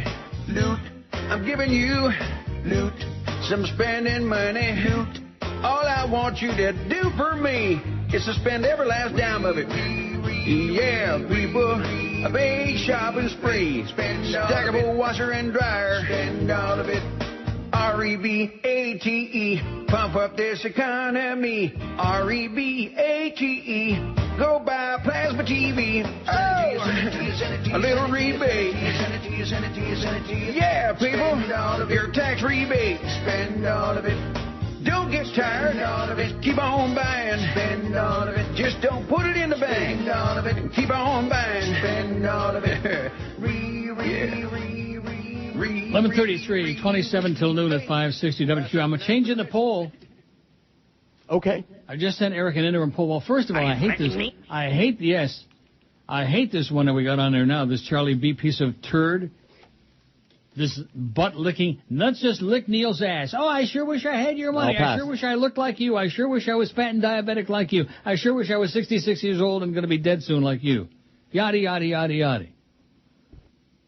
Get a life, Charlie. You know, when we saw him that day at Gulfstream. Yes. At that point, we should have said, oh, danger beware. I'm telling you. Come on now. He's bizarre. He wants to wear your skin. Well, screw him. I think that's not me. No. Okay, here's the interim poll. I just faxed it to Eric. Dow's up 300 points. Oh, hey, look at this. Jorge says, Bubba's a huge fan of yours. He mentions you all the time as one of the best in the business. It'll be great to hear him in Miami. Love you, Neil. Jorge. Well, that's great. Just like Jim Phillips in Orlando, always talking about Neil. Oh, Neil, great. And just like those guys in Palm Beach. Who cares? Who cares? Jesus God. All the ass-sucking all the time. Oh, you're so wonderful, Neil. You're so great. Oh, kissy. Like that, you know. Mm-hmm. That is so freaking boring. Oh, Bubba's a big fan of yours. Well, good. Good for him. I'm not a fan of his because I never heard the show. I'm only a fan of his because he's in the business, and any of the talent in the business, even the bad ones, deserve to squeeze as much money as they can out of these grave-robbing bastards. Okay, here's the interim poll, okay? Just to prove my point. And the reason I'm doing this, here's another one from KISS. It says, I agree with the previous emailer. The Eisner Mickey bits also turn me off. How do you like that? Agree. A new kick they got today because their team lost a game, I'm sure, yesterday. All of a sudden, they're on a new kick today. So here's the new poll. What's your take on the Mickey Eisner bits? I love them. They're okay. I hate them, or WTF. Doesn't that cover all the ground? Sounds right to me. I love them. They're okay. I hate them. WTF on the Mickey Eisner bits. Eric, I'm sure we'll get that up momentarily because I just faxed it to him. He's in his little window, isn't he? Yes. Because that would be really bad if Eric were like out at the Parliament House screwing around or something today. That would be really, really bad. They hate the Mickey Eisner bits. You know, the interesting part of it is there was a long period of time when there weren't any new ones coming in. They weren't making any new ones. Oh, when are we going to hear some more Mickey and Eisner? Remember that? All the time. All the time. Then we get new Mickey and Eisner. Oh, we hate those. They're too long and they're ponderous. Oh. I think they're funny as hell. I think they're just fine, but everywhere I go, people love them. Yeah. Well, we'll find out. We're going to get that new poll up there. You'll see. Eric will have it on there in 4 shakes of a lamb's tail. Let's see. Pull switch. There. No, he's got the one. Oh. See, I sent him the one for tomorrow, and he's already got that one up there. So I guess I've complicated. I'm sorry, Eric. You know what I mean? Yeah. So how are we going to do this? We'll wait. He'll get it switched. He'll get it squared away? He'll re-swish it. And what does that mean, squared away? Isn't that another stupid expression? Squared away. Well, you old-timers with all these sayings, you're supposed to know. Oh, yeah. We invented all the, That's right. Uh-huh. Long before I was ever born. Oh, here's one. This is kind of cute. I finally saw what Chris looks like. I saw him and George at the new gay bar, Foreskins, in North Miami off Ives-Dairy Road. George looked ridiculous in leather chaps, and Chris was just bulging out of his leather vest. I snapped the photo with my cell phone. Hopefully you'll post it on NeilRogers.com. Yeah, let's see the photo. Send it along, Grubber Tuchus, whatever your name is. Mm-hmm. Yeah, Grubba. Rhymes with Bubba. Grubber Tuchus. Mr. Radio says, subject, fake Tom Jicka. I'm not the fake Tom Jicka. Who cares about Bubba the Love Sponge except for the Yahoos in Tampa? Leave me alone. I'm still licking my wounds from the performance of the Canes and Dolphins this weekend. We all know you aren't going to Sirius unless you wanted to work pro bono. We're stuck with WQAM for the next 5 years. Says Mr. Radio. An annoying, chronic, compulsive groupie. Oh, the radio groupies. Line them up. Speaking of that, here's Tim, who claims to be a groupie. Says it's been a long time. Oh, Tim Potts. Remember him? Yep. Long time since I bothered you. Thank God. No wonder I've been feeling so good. I've been too busy at work to listen for the last 4 years, but I've been trying to listen for the last few days. I've missed the voice of reason, the man who called, the Michael Moore of the airwaves. Oh. And he goes on about Michael Moore is so great and yada, yada. And you're chronic, Tim. Go away. Go away, Tim. Not one of these days. Go away now. Go away soon. Boy, I got some long ones here, too. Some leftovers from last week. Sirius is still 16 cents, by the way. Ooh, bye. Oh, yeah, I got a whole bunch of stuff from last week, and that being because I was out sick on Thursday. And, of course, this week, Thursday, we got Thanksgiving, and I won't be here on Friday either. Did you tell them that yet? I sent off a mass email. Yeah. Well, why not? Because I got stuff to do. You don't want to. That's right, I don't want to. The Dow's up 306 points. 308. The fake Rick Riley says, twice in 2 days? Seems like old times. Well, with the markets in the toilet, I find myself needing a hobby. I just can't bang my drum all day. Don't get me wrong, ferrets are great, but I need some outside contact, and your show provides me valuable conduit to the real world. Remember the almond baskets from the Brasserie Max? Good times. Who says you can't live in the past? Ciao, Rick Riley.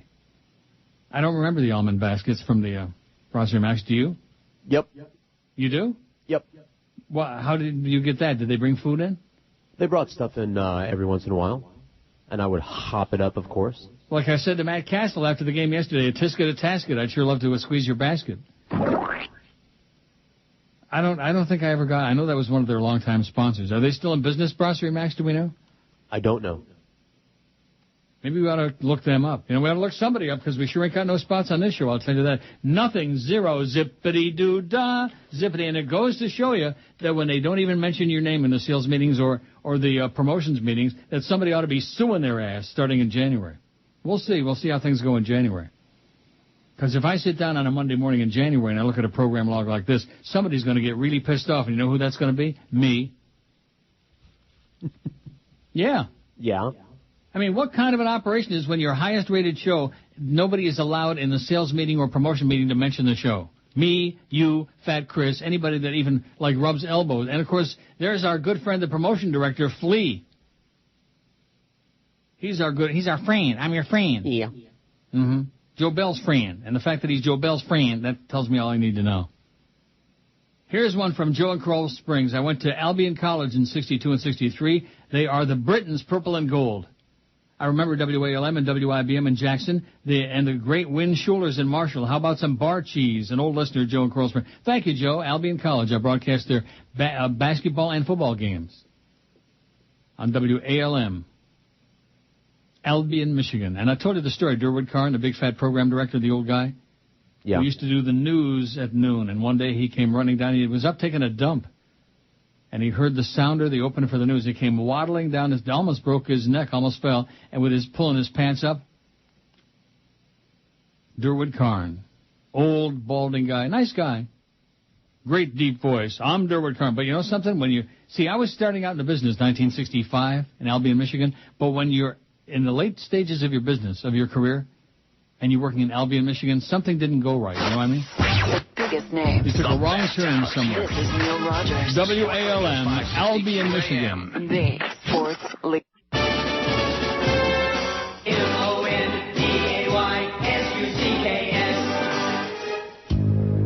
I'm Chris Matthews. Welcome to Hardball on MSNBC. I get so much spittle around my food hole I could water the grass. Quite possibly it's from all those years of working for Tip O'Neill.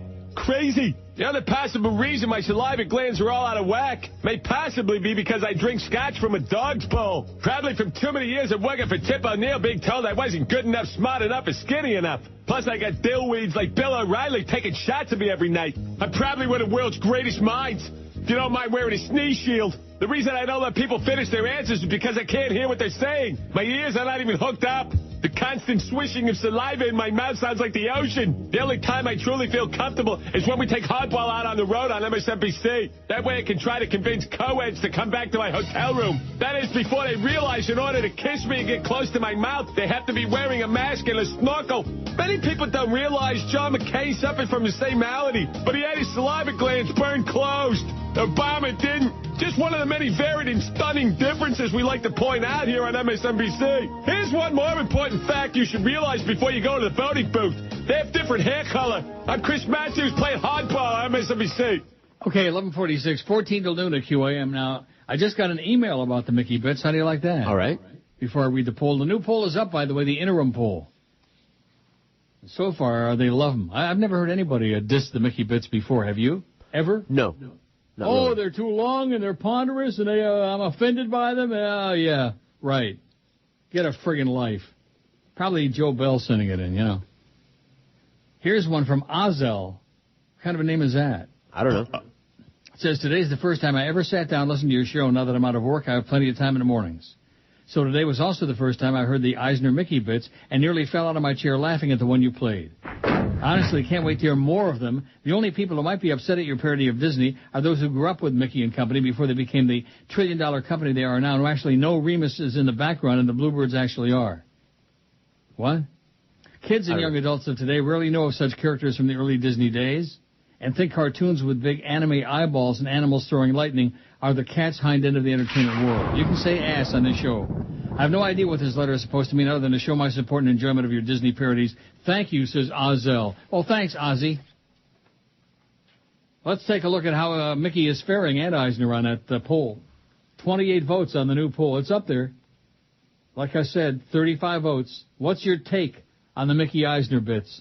I love them, 23. They're okay, 5. I hate them, 4. And WTF, 3. 2/3 love them. Here's an email about it from Lisette.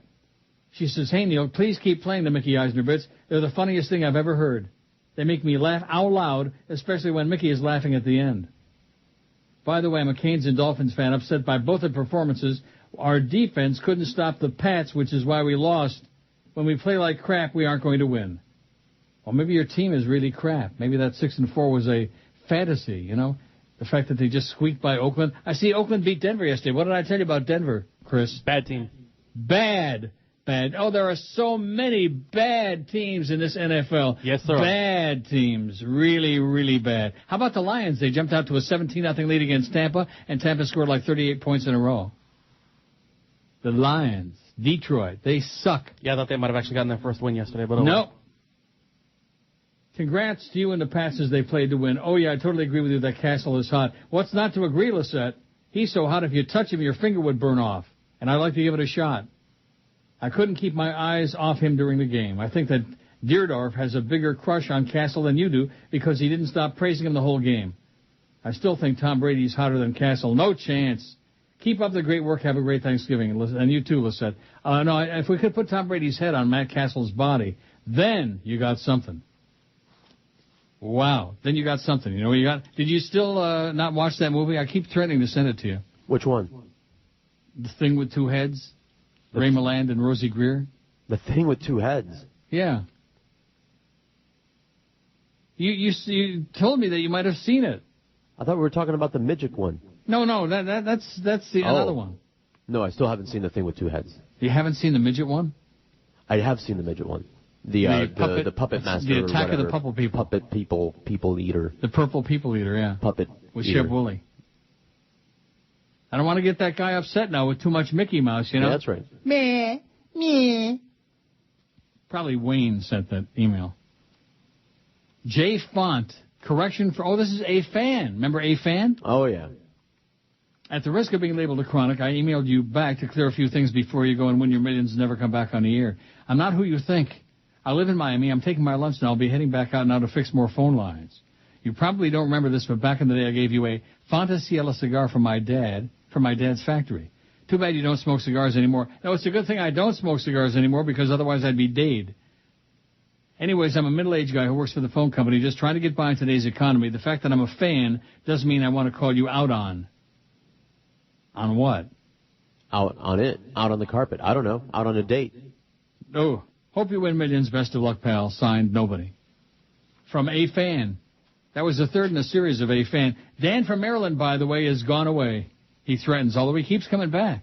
He keeps threatening to go away, and he comes back, just like all of them. Oh, we're never going to listen to you again, you son of a bitch. Blah, blah, blah. And all of a sudden, a couple weeks later, there they are again. In your blocked category. Okay, this one is from somebody, Big Dave.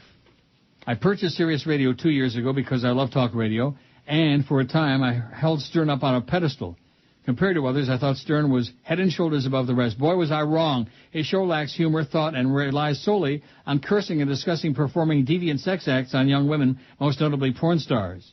He's very homophobic, and his fat sidekick, Artie, shares many of his views while failing to contribute anything to a comatose radio program. The most interesting part of the show is when Robin says, "Ready for the news, Robin?" Anything else, Robin? The fact remains you do your show all alone without a Robin or a big fat Artie Lang. That's right, just with George and big fat Chris. If Howard makes $50 million a year, you should be worth two or three times that. I've been a loyal listener of yours for 23 years, will continue until I die. As for Howard and Sirius, my subscription will be canceled, and I advise all the morons who are in denial about Howard's talent to dump their Sirius boombox and allegiance to a no-talent fraud like Howard's sperm. Also, have you seen Tony Cigaretto's ears lately? They cover the entire side of his head. Is he aware of this? Perhaps you can send him an email telling him to get off the air and go sniff Dan Marino's jockstrap. Well, how could he get anywhere near Danny's jockstrap when there's so many like Joe Rose and all the guys on this station? There's a long line of guys with their head in Danny's crotch. Lastly, the only thing more silly and moronic than listening to Jimmy Cifala is this awful and horrific Joe Zagacki calling hurricane games Kimba Bocamper also blows, and Drew Rosenhaus-Schwartzstein is an embarrassing money-sucking ass-sucker who would bury his nose and tongue up his illiterate NFL star client's rectums if it meant his 3% commission was contingent upon it. Have a joyous holiday. You too, Big Dave. How do you like that? There are some good emails from last week. It's a good thing there's not much coming in today, so it gives me time to catch up on these. Catch up on emails. Ketchup's loaded with hidden sugar, man. Right. I didn't think it was that hidden. Well, most people don't think of when you think like when you go to Mickey D's. And I tell you, I do the Atkins thing. I get for example, the double cheeseburgers, which I love, and I remove the bun and I eat them with my fingers. But the ketchup is on there, and the ketchup's where the carbs are. That's where the sugar is. Ketchup. Although I like ketchup. Do you know anybody who doesn't like ketchup? Nope. You like ketchup, Fatso? Yep. See? Nobody don't like ketchup. JB says the Eisner bits are among the most consistently funny bits you play. Keep it up. Happy Thanksgiving. Thanks, Joshua. Thanks, JB. The Runaway Bride. Everything else is just, okay. Keep on doing what you're doing, and thank God it stopped snowing. Oh, there's Adam. Well, Adam probably never heard the show when we could play funny stuff, dirty stuff. Adam over in the Kitchener-Waterloo. It's not snowing here, Adam. It's going to a little bit later on, not too much. Probably too snowy to head out to Woodbine. You know, I don't want to get caught there with snow and ice. I don't mind the snow, but I don't like the black ice. Does that make me a racist because I don't like white ice either? Nope. Did you ever drive on black ice? Probably not. Yep. You did? Yep. In like Montana, maybe? Yep. Nasty. You don't see it, and all of a sudden you see cars like sliding and swerving. Yeah, like that. Off the road you go. If there was a God, there wouldn't be such a thing as black ice. Let me tell you that right now. Am I right? You bet. Yeah. If there was a God. Well, maybe God's a bastard. You ever think of that? Well, we know that. Look at all the diseases he invented, and all those nasty creatures and serpents and little, mosquitoes and snakes and stuff. And chronic callers and chronic emailers and chronic a-holes like that. And Jimmy Cifala, too. That should prove you right now that there's no such thing as God, that Jimmy Cifala is crawling around. I guess I'm the only one that heard the last 2 minutes of yesterday's game. I guess by that time everybody else bailed out. Boy, they were pouring out of the... Did you see when they started pouring out? Yep. And, of course, the way the game had gone back and forth, I wasn't comfortable till about 2 minutes left in the game. Why? What do you mean, why? Because the Patriots kept going ahead, then they blow the lead every time, every single time. Like I said, when it became 31-21, they were 10 points ahead. It was 31-21. And I said this game's over. What? I said this game's over right when that happened. 31-21. Well, what about when it went to 31-28 about 10 seconds later? It didn't matter. The Patriots were going to get the ball back. They scored 8 out of 9 times. 8 out of 11 times. Yeah. 2 of those were turnovers. So they basically scored 8 out of 9 times yesterday. Mm-hmm. Did you see Randy Moss with that funky outfit after the game in that interview? He had like a do-rag on, and he had headphones and just a whole bunch of crap. 3 touchdown passes. Nice going, baby. And, of course, Matt Cassel, let me tell you. He is a man. You know what I mean by that? No. A real man, and I believe probably with like a real penis. 80 votes on the poll. What's your take on the Mickey Eisner bits? I love them, 56. That's our motto here on Q56. I love them, 56. I hate them, 11. They're okay, 10. And WTF, 3. The biggest names. The best talent. This is Neil Rogers. Sports Radio 560 QAM. The sports leader. The biggest names, the best talent. You're listening to Sports Radio 560 WQAM. Miami, Fort Lauderdale. I am Frau Ileana Ross-Leitman, and I like scrubbing my smelly gorilla ass with soap made from Jews and listening to the Neil Roque Comunista Hour. Hey, Kyle! Yellow Mason resident, John Mason speaking. Hello? Hello? Hello? Jennifer? What the hell's the matter, honey? I've been kidnapped. Are you crying? You sound like you're crying. I've been kidnapped by aliens. You've been kidnapped again? Yes, by aliens. You've been kidnapped by aliens? Where they done took you? Albuquerque. Albuquerque? Yes. Is that in America? Yes. Where is it? In New Mexico. Where? New Mexico. Albuquerque is? Yeah. I thought it was in Georgia. No, New Mexico. Okay. I don't believe you, honey. You don't have to lie to me. No, I want to get married. I really do. It's just that I was kidnapped by aliens. Oh, I believe you, honey. They've got short hair. They got short hair? Yes. Who does? The aliens have short hair. When you say short hair, you mean like Ryan Seacrest short? A little longer than that. A little longer, like Fabio? Difference doesn't make it shorter hair. All right, honey, don't yell at me. I believe you. Where are you? Can I pick you up? I'm at a 7-Eleven. 7-Eleven? Yes. Can you get me a Slurpee? What? A Slurpee? What? A Slurpee? What? Like a blueberry one. What? I just been kidnapped. I can't get you a Slurpee. All right, I'll get it myself. You really been kidnapped, honey? Yes, by aliens in a blue van. Aliens drive a blue van? Yes. Like a Chevy van? No. Is it a Ford? No. What kind of van is it? What kind of van is it? Did they do anything to you? Did they probe you? No. Poke you? No. Prod you? No. Make love to you? No, you idiot! I'm not coming home. I'm staying at the 7-Eleven. You don't want to marry me, do you? No. What? No, I don't. But I forgive you. I don't care. You can come home. I'm done. Come home. I'm done with you. I miss you. Bye-bye. I love you. Take care. I love you. I love you. I love you. Bye. I love you. Yeah, the last 10 seconds of that are the best part. Oh, and yeah. then it ends. 107 votes on this interim poll here on the Mickey Eisner bits, which that one Auchan provocateur seemed to start like a real contretemps here, whatever the hell that means. What's your take on the Mickey Eisner bits? Oh, there's that bald-headed queen, Allie Felching on CNN. Well, the Dow's up 325. He looks really serious. Qualifications. Experience going through. Get Chris Matthews in there, too. Okay, neither one will be able to say a word. 107 votes. Mickey Eisner bits. I love him, 77. 72% love him. Love you. Hate them, 13. I don't believe that. That's just people piling on, you know? Just wise guys. They're okay, 13. You hear that drilling again? No.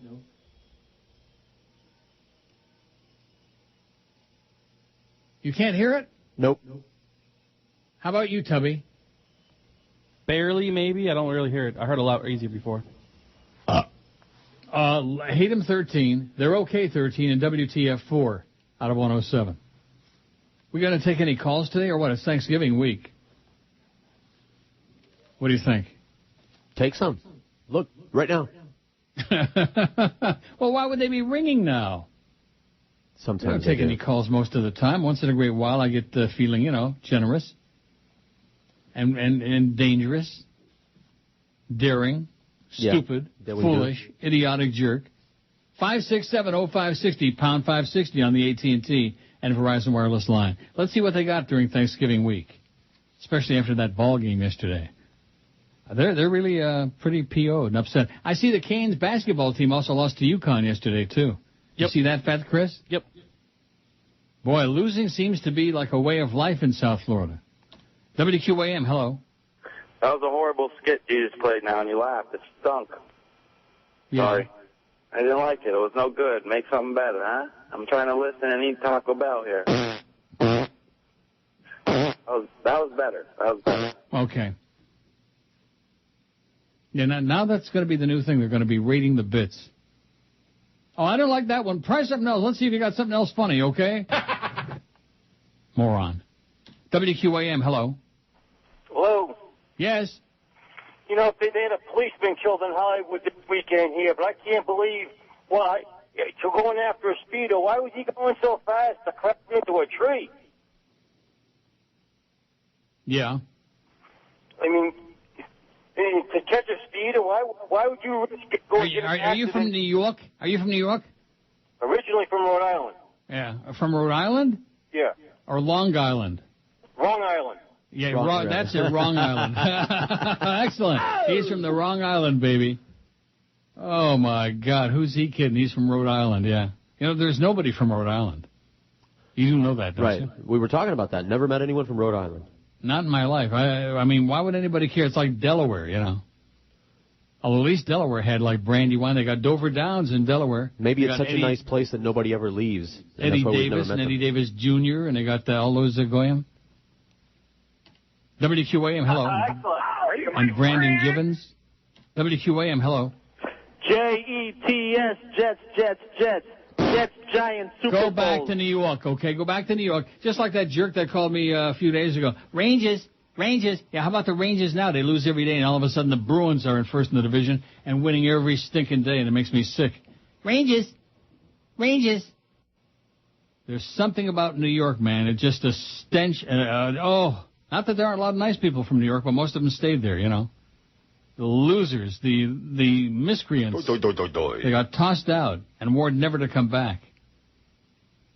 I didn't hear him doing any game on the radio yesterday. Of course, I wasn't listening to the radio, but nevertheless, sometimes the audio in the background of some cable channels has got like radio football audio. You know what I mean, Fatso? Yeah, well, I think so. Like the week before, he was doing Nothing Could Be Finer Than to Beat Up Carolina, something like that. The Momeister, baby, he always resurfaces no matter how many times he gets canned, no matter how many people he pisses off, which is everybody who comes within his path. He always bounces back. Must 11. WQAM, hello. Hey, I'm calling about the free Corvette. I beg your pardon? I'm calling about the free Corvette. WQAM, hello. Hello? Hello? Yeah, I know you were not allowed to play certain bits. Yeah, like you. WQAM, hello. Neil. Yeah. Why is it that everyone who disagrees with you or thinks that a bit is this that old fart again? Haven't you died yet? Didn't you die over the weekend, for crying out loud? Didn't you get the message? It's time for you to take a dirt nap. Yo, who needs to take a dirt nap? You need to take a dirt nap, okay? You old fossil, you pathetic. You're what's wrong with South Florida. If they'd come and scrape your ass off the highway, then things would get a lot better. People put a big smile on their puss. Everybody disagrees with you. What was wrong with that email? You pathetic alta cocker, you tragic. Go read your neighbor's mail and get out of our face. Do something constructive. Go play in traffic at Cemetery Village. They go real slow. Oh, speaking of slow, I'm telling you, man, there are in Toronto, there are 3 speeds of driving. There is slow, much slower, and reverse. I mean, I have never seen so many people drive so slow. And if it was just me, I'd say, well, I'm impatient. I'm this. My cab guy just goes apeshmit. Apeshmit. Goes funny. Nuts. Over in British Columbia, old ladies were passing us like we were standing still when we'd Not visit here. Canadian. Here, the word is slow. They drive slow. They walk slow. Everything is slow. How's it going, eh? WQAM, hello. Mr. Rogers, please. Yes, sir, speaking. Yes, I heard your trend was coming out, and I'm the one that called about 3-4 months ago. Yeah, you're the one that calls every day 60 times, yeah. No. Reverend Schmutz, yes. I just want to Yes. I think the emails are a good thing. Well, good. Then let's stick to them. WQAM, hello. Usually you pick up the boyfriend right after I call. Yeah, that's right, just like now. Because the two of them are together. Well, okay, that was the experiment with the phone. That was George's idea, by the way. Take some calls so we can talk to That's right. Reverend Jones and the boyfriend. That's right. Don't forget 40 him. or 50 times. No, we didn't get them, though. We didn't keep going. Oh, just wait. Did you see my buddy Hank on ESPN yesterday where it's the fake Tom Jicha? Yes, I did. It was as big as an apartment complex. Huge, gigantic. Artie Lefkowitz thinks he's the atheist in Sebring. Not funny, Artie. Very, very weak. Weak and grotesque. Don't know if you got this yet, says Ken. Still loving you, listening to you and George. Ken from Etobicoke. Love Sponge comes to South Florida Radio. Posted by Tom Jicha, the real Tom Jicha. How do you like that? Oh, my God. Can this be for real? I know it is because it's from a real person here in Etobicoke, who is the one person that enabled me to vote in the election, by the way. Thanks a lot again, Ken. You're a good guy. I'll read it. I'm printing it out. Danny Williams says, you just played the alien abduction bit and tears of laughter are just cleared. Hilarious. Thanks for the morning laughter. Keep it up. Dan050. How do you like that? Cook 'em, Dano. The Dow's up about 300 points. Obama picks former Treasury Secretary Larry Summers as National Economic Council Director. There's Barack. There's your president. On economic philosophy, and will be the. What a mensch! What a mensch as compared to anything, but especially what we got now. Tom Jicker writes, Bubba the Love Sponge, whose raunchy act got him run off mainstream radio to satellite, is back on broadcast radio. Will soon be heard in Miami, Fort Lauderdale for the first time. WHDR-FM 93 Rocks will air the toned-down Bubba from 6 to 10 a.m. starting January 5. Toned down. You see that? That's the problem with terrestrial radio, man. We're all toned down. Radio groupies have lit up the web with speculation that Neil Rogers might move to satellite to replace Bubba. Not going to happen, according to Neil, who isn't high on long-term prospects for the money-hemorrhaging satellite. That would be like jumping aboard the Titanic, Rogers said on his WQAM program Monday morning. Besides, Neil's has a new 5-year contract, which would probably be difficult to break. Oh, yeah. If I said, hey, guess what, Joe, I'm leaving January 1, Joe would say, hey, we'll pack you 2 salami sandwiches. The biggest names. Have somebody tasting you before you leave. Neil Rogers. Sports Radio 560 QAM. The sports leader. The biggest names, the best talent. It's the Mad Dog, Jim Mandich. Afternoons, 4 to 7. Sports Radio 560 QAM. The sports leader. Floridians, dumb as dirt. Counting down the hits with Casey Kasem. Hi, I'm Casey Kasem. Welcome back to our countdown of this week's top 20 ringtones. We're up to our number 1 ringtone of the week. But first, our unlimited coast-to-coast long-distance request and dedication. It's from Jessica S.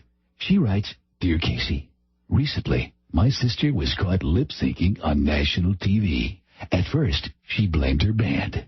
And then, she blamed her ass's reflux. Whatever that is. Anyway, Casey, since everyone thinks I'm the stupid one in the family, could you play Green Day's American Idiot for my sister Ashley? Signed, Jessica. So, from Jessica to Ashley, here's your unlimited coast-to-coast long-distance request and dedication.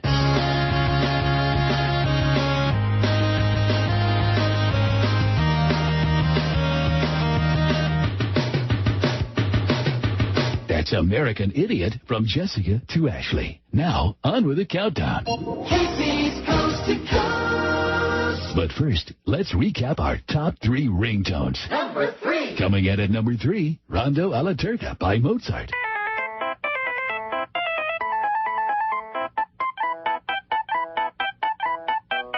Number 2. At number 2, that tune that sounds like heart and soul but isn't. And now, this week's number 1 ringtone. Number 1. For the 3rd week in a row, Waltz of the Flowers.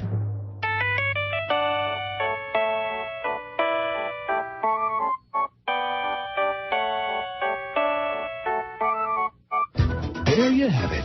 The top 20 ringtones in America, as tabulated by Phone Billboard magazine. Tune in again next week when we'll once again count down America's top 20 ringtones. I'm Casey Kasem saying keep your volume turned down and keep reaching for 4 bars. American Top 20. 1218 at 560 WQAM. Happy Monday to you. Well, thank Coming you. up on what? I said thanks. You're welcome. What about you, Fatso? Thank you, I guess. Now, I hope you don't overdo it on Thanksgiving Day. Thanksgiving is one of the most dangerous days for fat people. I actually usually don't, so. You don't what? Overdo it. I do. Do you underdo it? Yeah. You do it? That's later. Boy, I can just only imagine the amount of cranberries and stuffing and turkey and gravy. Ugh. You don't like cranberries? Nah. And the pregame today will start at 5:45. I don't care. Well, I was just putting it out there for everybody who's interested. I don't care, neither does anybody else. Hey, there might be 2 people listening. Let me say it again. I don't care. Does George care? About what? And nobody else does either. So you can give me a song and a dance because they've been manipulating your ass to say this and say that. Don't even mention it, okay? No problem. How did you know that's how they made him talk? They manipulate his ass. Allison comes in and grabs hold of one cheek. Flea comes in and grabs the other one. No. And then Jolly Joe comes in. I don't want to say what happens after that. Oh, yeah. Definitely not. Yeah. Talk about the old, you know how they do the wishbone, the turkey wishbone? Oh, my God. Yeah. They just pull apart those cheeks, and then Jolly Joe gets that anxious look on his face, you know, like a dog salivating at a bone.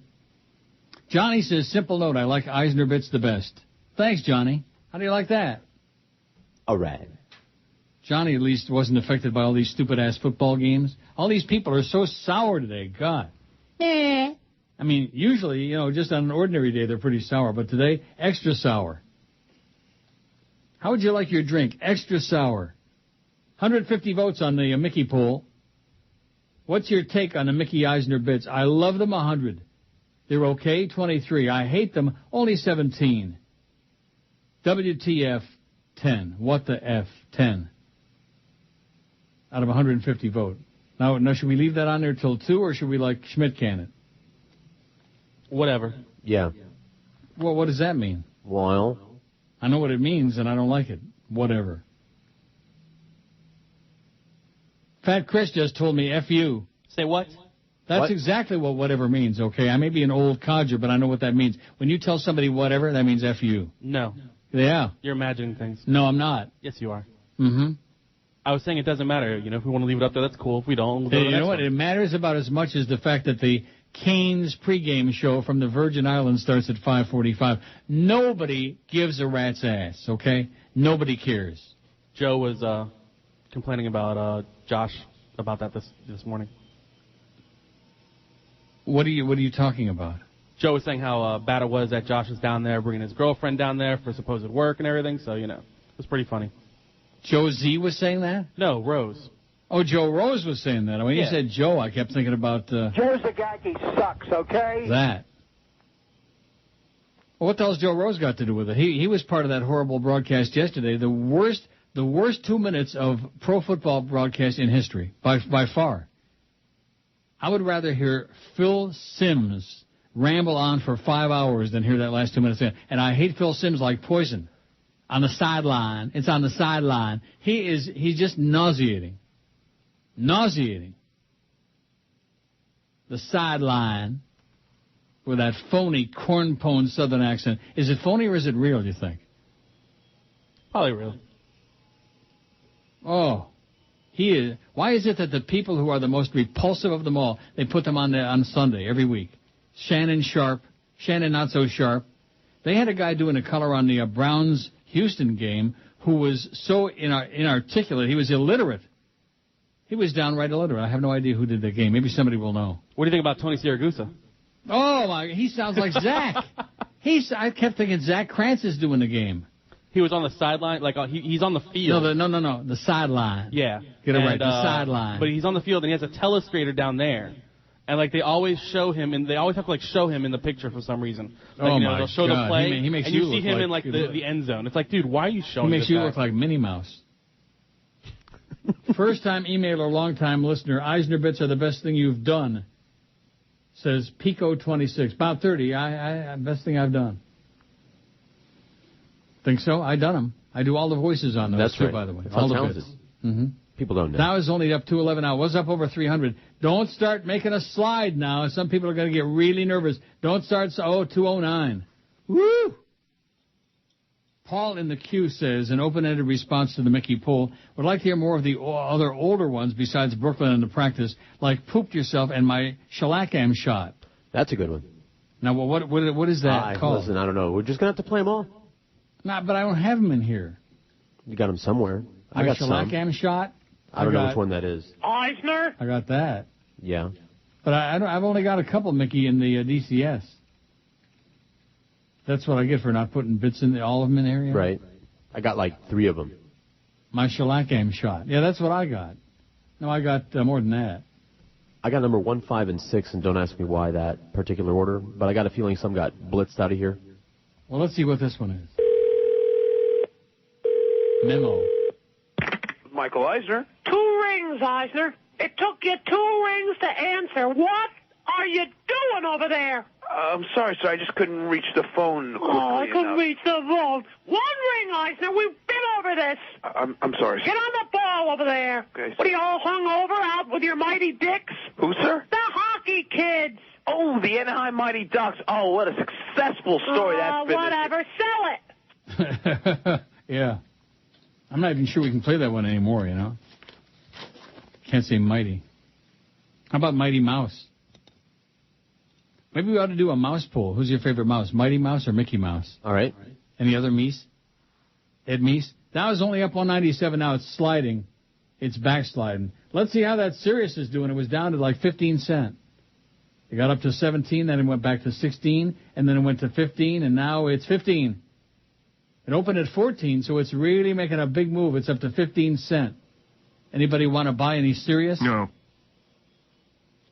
What do you think of that article? I thought it was right on. Mm-hmm. Spot on. Yeah, spot on. And it wasn't just some goofball's opinion, somebody out on the street. You know, it was somebody who like writes about radio and TV and music and stuff. Somebody who's got some expertise. He said, forget about it. There are billions in debt. So everybody out there wants to keep Sirius on. Go out there and get everybody to subscribe now. Before the end of the day. The best talent. Do it. This is Neil Rogers. Sports Radio 560 QAM. The sports leader. Yeah, the sports leader. Yeah. M-O-N. What happened to Tummy? He ain't in there. Oh. S-U-C-K-S.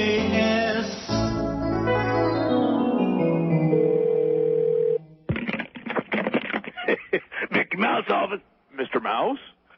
No. Who's it? It's Michael Eisner. Michael Eisner? Hold on a second. What are you doing answering my phone, Remus? Sorry, boss. It's Donnie Osmond. Donnie Osmond, what do you want? It's Michael Eisner, sir. It's not Donnie Osmond. It's Michael Eisner, the putz president. Oh, boy, Eisner. Good morning, sir. How are you? I'm almost done with you, pal. Sir? I was looking at the ratings for this nightmare you had us going through. I'm a celebrity. Get me out of here. What a smashing success, sir. What?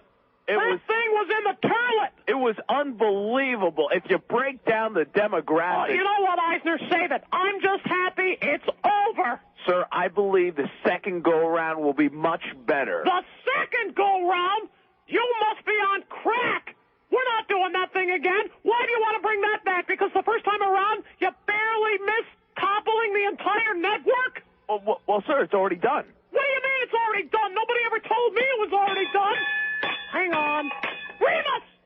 I'm on the phone with Remus. Yeah, boss. What the hell are you doing? Running some conduit, boss. Do it quietly, Remus. That's not quiet enough, Remus. That bluebird stinks like an armpit. Sir, our May sweeps will be amazing. I'm a celebrity. Get me out of here, too. Instead of 15 nights, 40 straight nights. 40 nights of I'm a celebrity, get me out of here. You're killing me. And the celebrities, 10 times better. Oh, my God. We got... Hold on. Remus? Remus? Yeah, boss. Take the harmonica, Yeah. slide it up your back end, walk it out. All right, boss. All right. We've got Bernie Capel. Who? Bernie Capel, the doctor from the Love Boat. Oh, for heaven's sakes, he hasn't worked since he did the Stop Snoring Spray commercial. We've got a real hottie, Adrienne Barbeau. Oh, my God, she's terrible. And someone I know you'll love, Billy Bush. Wait a minute, is that the president's annoying nephew? That's the one. Oh, for heaven's sake. You can't put him on there. And the... Hold on. Oh, yeah. Remus! Remus! Can't hear you, boss. I'm still. Remus, I'm on the phone. Can't hear you, boss. Stop drilling! What are you making? Making a new credenza, boss. What's wrong with my old credenza? Your shellac-am shot. My shellac-am shot. That's right, shellac-am shot. Oh. They can do it. Oh. What? Oh, I don't care who you have on this nightmare. Well, we definitely have some major A-listers, sir. We've got Scott Bakula and Leonard Nimoy. Even Remus doesn't remember Leonard Nimoy. Sure I do, boss. Remus, I wasn't addressing you. Sorry, boss, but he was from Father Knows Best. Oh, my God. I'm surrounded by idiots. Hey, Remus, I thought I told you to put that harmonica up your butt. Sorry, I farted, boss. Oh, don't fart in the office, Remus. The bluebird's coming at me. Here. 12:34, 26 till 1. See, I found my shellac-am shot, aren't you? Yeah, proud of I me? am. I'm excited. I like that one. Here's Miami New Times. Boy, this is the talk of the town. Bubba the Love Sponge. All right. Woot. You hear that? They just dropped their ball-peen hammer on I the thought that ceiling. was you. I thought that was you dropping your head. Anyway, Miami New Times says, in a move that will surely up the intelligence of local radio listeners, Bubba the Love Sponge's morning radio show will be broadcast on 93 Rock starting early next year. Bubba's shtick makes Howard Stern look like the Duke of Windsor, and he's been accused of sensationalizing an on-air pig killing and forcing an internet porn model to be penetrated by a strap-on in his studio. Delightful. Bubba currently hosts a show on Stern's Sirius satellite radio channel, but his deal is set to expire in January. No extension's been reached. However, along with Miami, he'll be extending his separate terrestrial radio show into 4 new markets, assuring that his special blend of airwave garbage reaches listeners' rears for years to come. Reaches listeners' rears Rectum for years to come. How do you like that? Mm-hmm. A little shot there from Miami New Times. At poor Bubba. I don't know and I don't care. Do you care? Not really. Do you care? I'll give it a Chris, shot, you know? Nope. You'll what? I'll give it a listen. Why not? Hey, so I got something that you might enjoy hearing. Uh-oh, here we go. You ready? Yeah. All right, let me check the volume. First saved message. I was trying to reach Josh Darrow. Sounds good so far. I don't know if you're acting in his behalf, but I could not believe that. I don't hear anything. All right, I got to adjust the volume on it. That was just given to me, so I got to mess with it. But what volume? There was nothing but dead air. No, it's really low. And you want to know why your Arbitron ratings are going down? You can barely hear it, right? It's Blind Mike. Who wants to No, it's a woman. hear you in basketball? This was terrible. You people ought to be ashamed. Yeah, I'll raise the volume on this real quick. Hold on. First? So I didn't get soda. Jesus, will you get with it? Hey, it was just given to me, and they said it was ready to go. Who's they? Somebody in the office. Allison gave it to me. Allison gave it to you? Yeah. I doubt that. Are we going to hear it, or is this just... Yeah, I got to adjust the volume. We've got an hour and 24 minutes to go. Hold on, give me some. Let's kill some good time. Go ahead. More dead air. No, I need a couple minutes to find it and raise it with one of our programs. So, give me a couple minutes. I got to go in and raise it with a audio program. What does that mean? He's going to diddle the level. Yes. Can I go take a Joyce right now? Sure. 188 points. Oh, the Dow's up 234. Not too fancy, man. It was up over 300 there for a while. And then, like that. 232. Ooh. 188 votes on this poll. I say let's go till 2 something. Till I change it to the other one. Because Eric is doing a hell of a job, man. He's got the one for tomorrow on there already. That was going to be for, But we're doing this interim poll because some Ojan provocateur emailer out there started a big thing about, those Mickey and Eisner bits are terrible. Yeah, right. You should live so long, okay? Any anonymous a-hole that's ripping Mickey Mouse in the ass, boy, what a jerk. We're going to report you to the NCAA. What are they doing up there? I think they're doing something sexual up there. Well, you said they were doing a lot of drilling. Yeah, they're drilling. Maybe all they're right. sawing, too. Mm-hmm. What's your take on the Mickey Eisner bits? I love them, 126, 66%. They're okay, 28. I hate them, 23, 12%. And it's probably the same 3 or 4 people over, And WTF 14 out of 191. Overwhelming. Overwhelming. And then, of course, that first email he tried, the audience hates them and blah, blah, blah. You like them, and that's why you play them. All right, let's see if this is loud enough. You ready? Yeah. First saved message. I was trying to reach Josh Darrow, but I got you. I don't know if you're acting in his behalf, but I could not believe that you actually preempted Neil Rogers to put on a stupid UN basketball game. And you want to know why your Arbitron ratings are going down. This was terrible. Who wants to hear UN basketball? This was terrible. You people ought to be ashamed. Nice going, honey. Excellent job. This was terrible. That's almost as good as the Nip and Suds lady. Not quite, though. Wouldn't you say she was pretty good? Yeah. She's up there, just these guys nicking subs and whatever the heck it is, and the people that call in, they're just like them, like that they're on the, what do you call it, the weeds, and they're high, and they're... I mean, it's terrible. For years that I've been listening to 610, and this here. The biggest names. The best talent. This is Neil Rogers. Sports Radio 560 QAM. The sports leader. The sports leader. Neil Rogers God. NFL Films presents the game's greatest scorers. He was born Thomas Edward Brady Jr., and he grew to rule a New England dynasty. 3 Super Bowl rings, twice Super Bowl MVP, and a playoff resume akin to a first-class ticket to Canton, Ohio. However, his prowess on the gridiron gives way only to his prowess in the bedroom. For late in the 2006 season, Tom Brady achieved the greatest back-to-back scoring feat in the modern era. First, he impregnated sultry Hollywood starlet Bridget Moynihan. Then, against all odds, this heroic field general bedded and inseminated lingerie supermodel Gisele Bündchen. And so, in honor of his triumphs between the hash marks and between the sheets, we bequeath the laurels and regale among the game's greatest scorers. Number 12, Tom Brady. 16 till, who needs Tom Brady when you got Matt Cassel, you know? Yeah. Here's an email from Matt.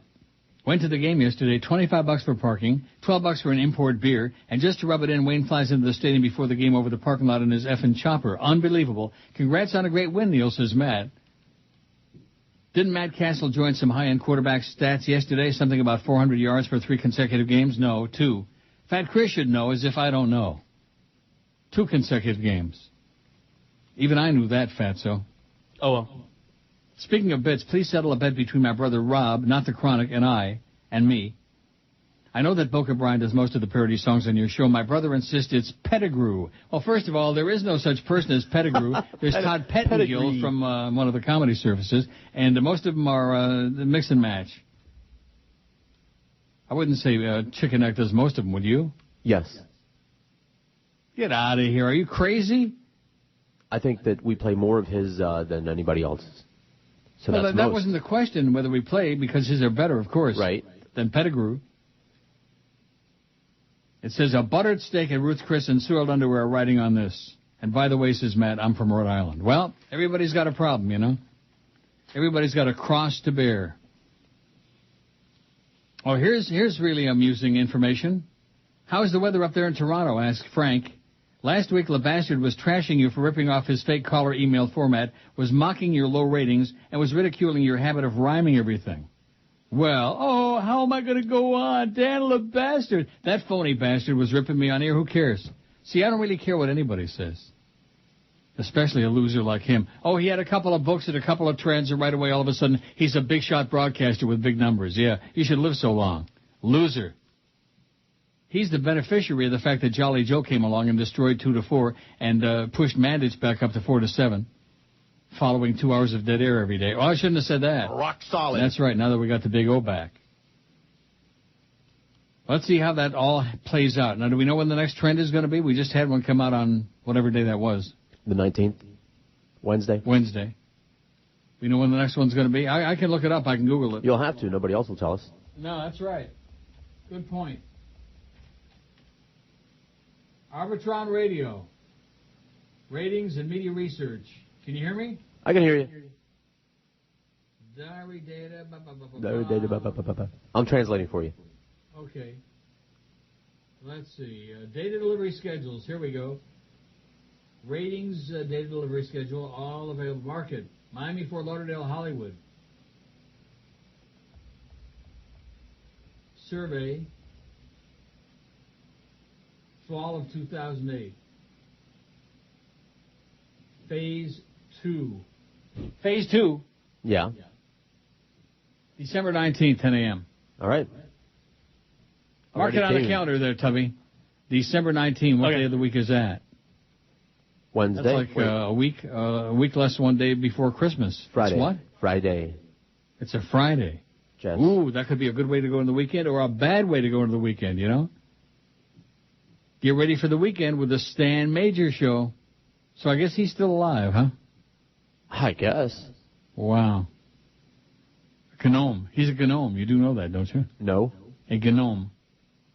Did you know him? To know him is to... I knew him. Hate him. Let's do a show on Milky Way Dark. Anybody out there get a new watch? You got a good watch? Very sad, Stanley T., but you keep pumping away, baby. You keep spewing out your right-wing ramblings.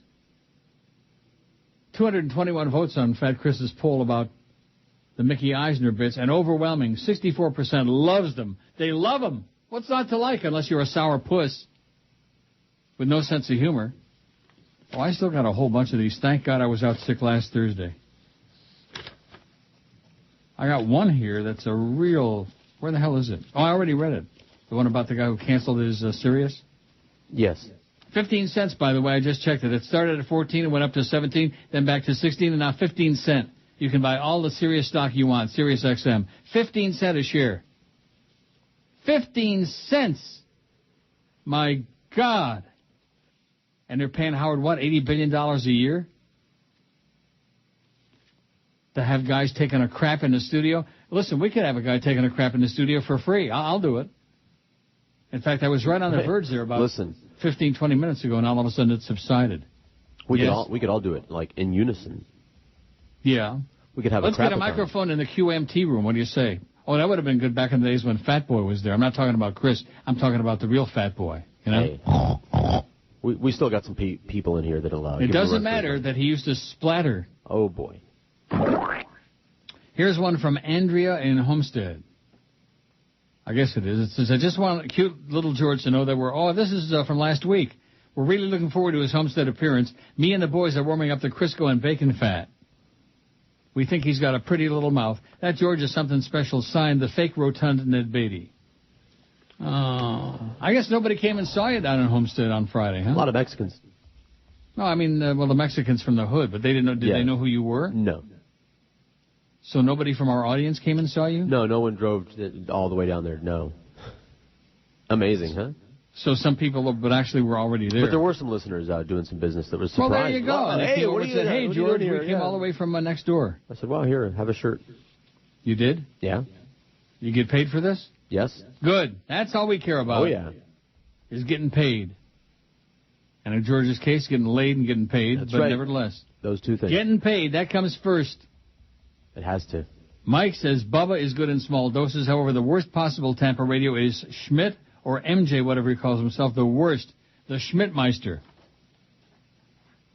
He's sure not doing all that great anymore in the afternoon. You know, he's a Rush Jr., a Rush wannabe. I'm hearing that when he farts, it smells the same as when Rush does. And by the way, thanks for listening, Dan LeBastard. Claimed that I stole his... I never read that thing, did I? Mm-hmm. Yeah, just now. I did. Claimed that he stole his fake this one and fake that. I've never heard his show. The only place I ever seen it was on his website that somebody sent me with the fake Hank Goldberg and the fake Jim Mandich. And what does that got to do with people emailing with fake names? See, I don't steal other people's material. It just happened. Am I going to come on here and say, oh, here's one from Larry King and here's one from Greg Budell, like these are from the real people? Like George says, none of them are the real people. Right. None of them. Zero. Isn't that what you say? That's what I said. So if you want to argue with George, go right ahead. Oh, next thing we're going to steal away Stu Gatz. Then we'll have something. Oh, look at this. Dan LeBastard, this is from the same guy. Dan LeBastard tournament draws 230 players and 50-cent war. Who cares? Who the hell cares? Dania Highlights Card Room. Oh, that's a good place for your audience, yeah. LeBastard. You can have all your cronies from ESPN there sitting around making fun of you, which deservedly so. Anyway, getting back to this. It's just amazing the way that the morning guy over there and the afternoon guy, they want to like siphon off from this show. Not going to work. And as far as ratings are concerned for 30 years, who the hell are you to be talking about anybody else's ratings, okay? I got to prove something to you, loser. Bacho in Dallas says, it's been too long. I just moved back from England, haven't heard the program in 18 months. Oi. Oi! Can't wait for Palin to run for president. SNL hasn't been funny in years. She almost single-handedly saved it, and Johnny is a D-bag, says Bacho in Dallas. We can't say it, Johnny, but okay. Or Bacho, whatever your name is. D-bag. Good morning, Neil, says this one. This is from last Wednesday. See, I'm backed up, thank God. Isn't this good that I have all these because I wasn't on Thursday? It is good. What did we do on Friday? Well, that's right. Friday we had the short show. Yep. Friday we had the basketball. You had basketball. Greatest idea that Clarence never had, man. Talk about putting swill on the air. We got another game, 5:45 pregame tonight from Virgin Islands. Canes lost yesterday there again. Connecticut basketball team losing.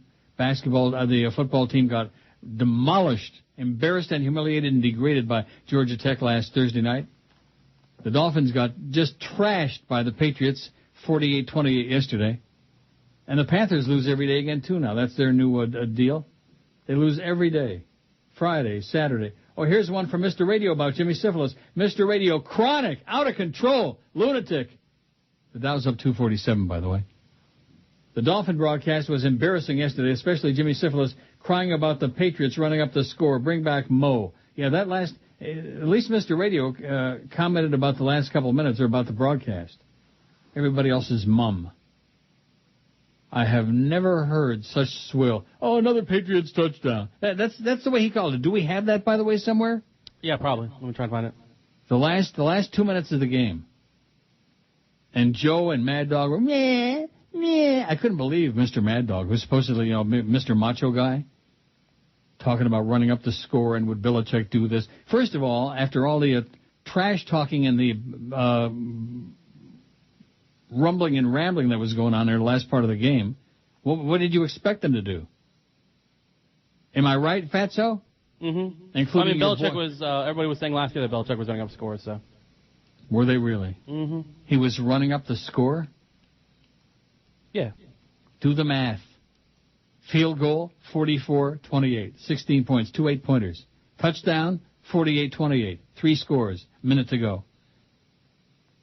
It's just a smart thing to do, that's all. A minute 7 left. And the Dolphins aren't going to use their timeout. You would think that Belichick would just take a knee, but that's not him now, is it? This gets interesting.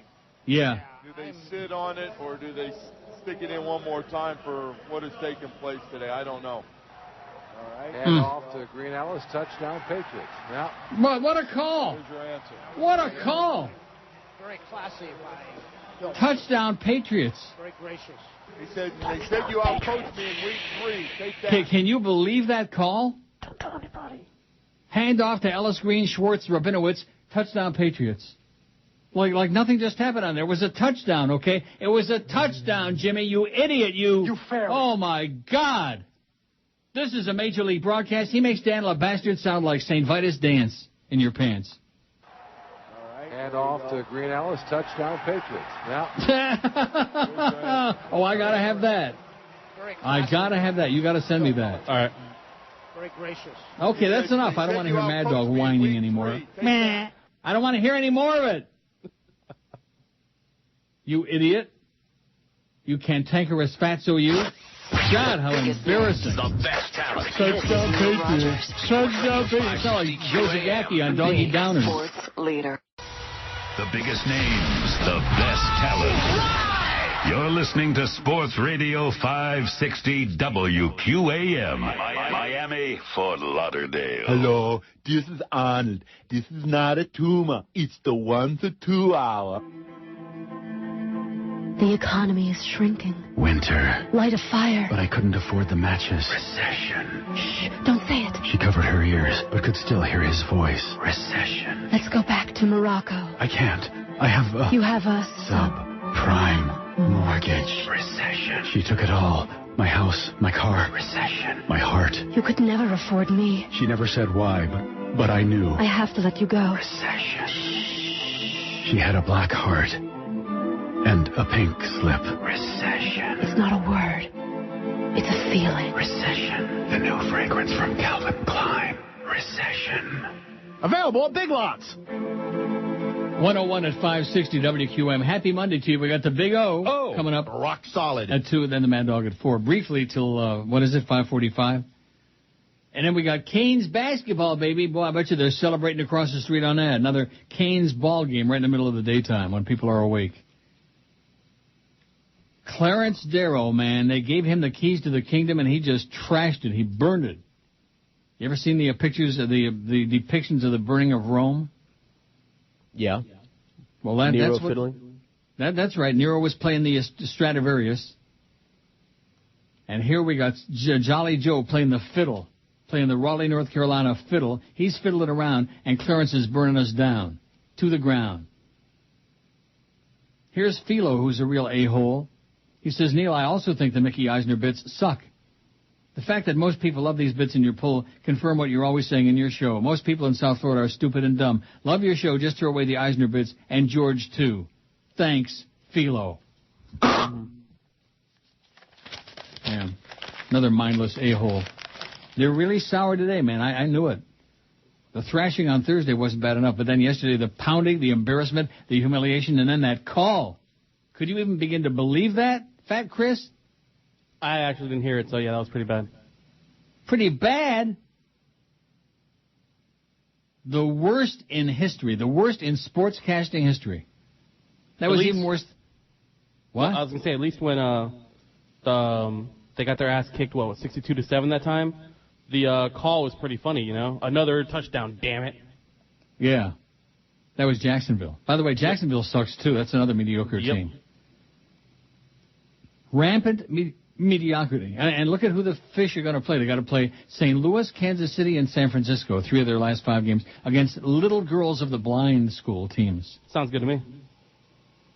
Yeah, that's because you want to beat up on a bunch of horrendous teams, and just barely got past Oakland, which beat the snot out of Denver yesterday. Boy, rampant mediocrity.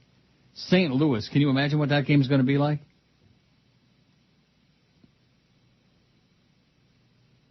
I know you're not talking to me. I'm talking to Fat Chris. He's not responding. I thought it was a rhetorical question. You can say something. You can open your eyes. I realize that it takes a lot of effort for fat people to speak. What? So I would hope it would be a big blowout, but it's not going to be. How do you know that? There's only been one team that they even... Oh, by the way, Greg Camarillo's out for the season. Yep. Did you see that?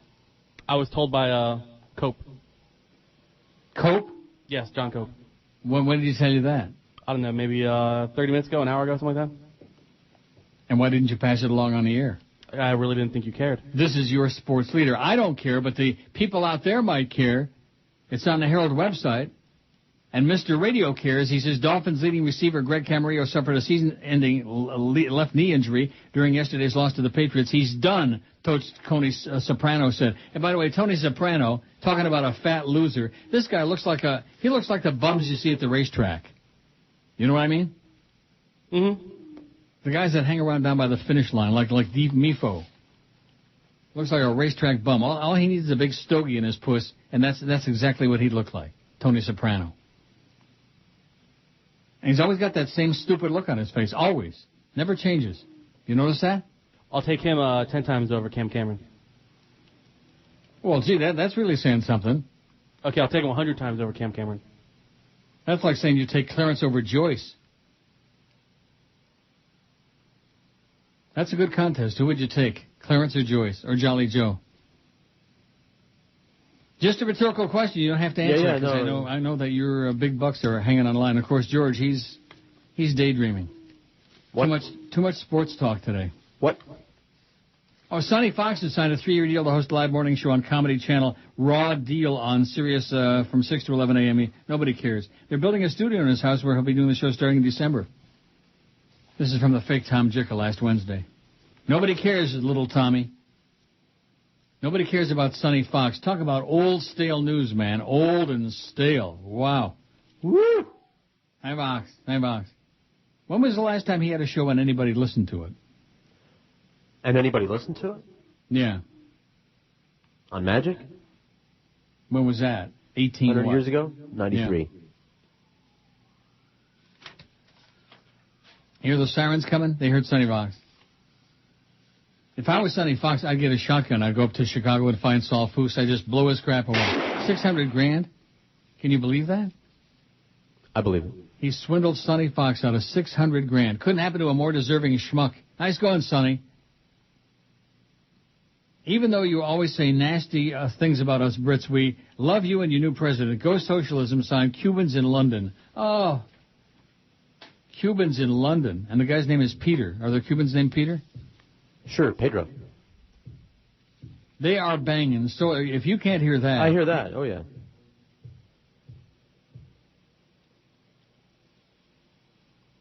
Here's one from the fake Larry King. Jimmy Cifala is boring as hell. Remember when he did Color with Charlie Jones on NBC? No. I remember Charlie Jones couldn't get rid of that cold. He always sounded like he had a bad head cold. He had nasal. Is he dead, Charlie Jones, by the way? I think he is. I wonder if he took his nasal problem with him to the grave. Charlie Jones. Always sounded like his nostrils were just jammed with snot. Neil says there was a college basketball player named God Sham God. Well, whoopee-doo. Isn't that exciting? No. What if his name would have been God? Neil God. Yeah, that would have been something. The Dow's up 253.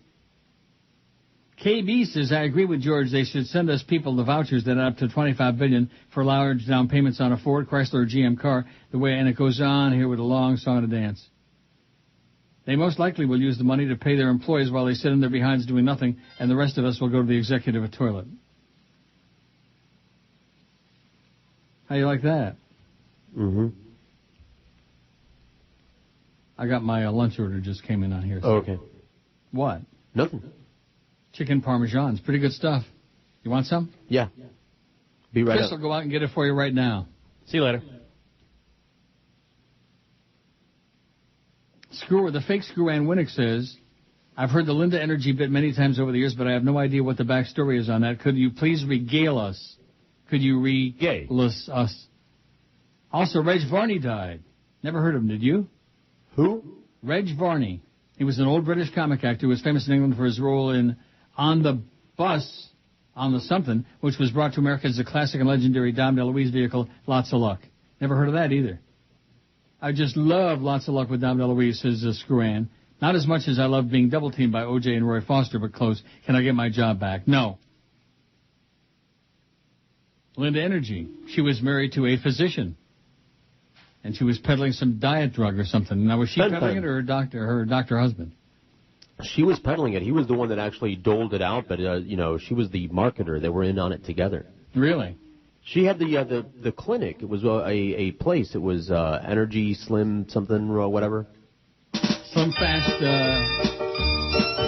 up your ass? Yeah. And let's go play in the grass?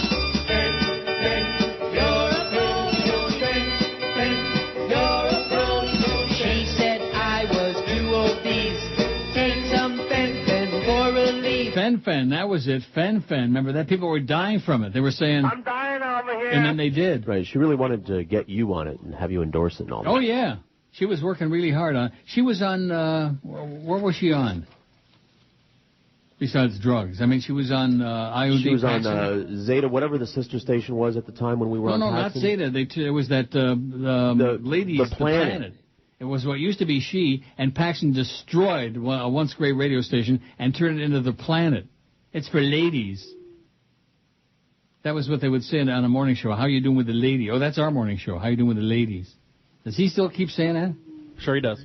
Oh, my God. He needs to be horsewhipped for some of the stuff he does, especially putting on Drew Rosenstein-Krantz' house and that other loser, that Kirk Jerkstreet.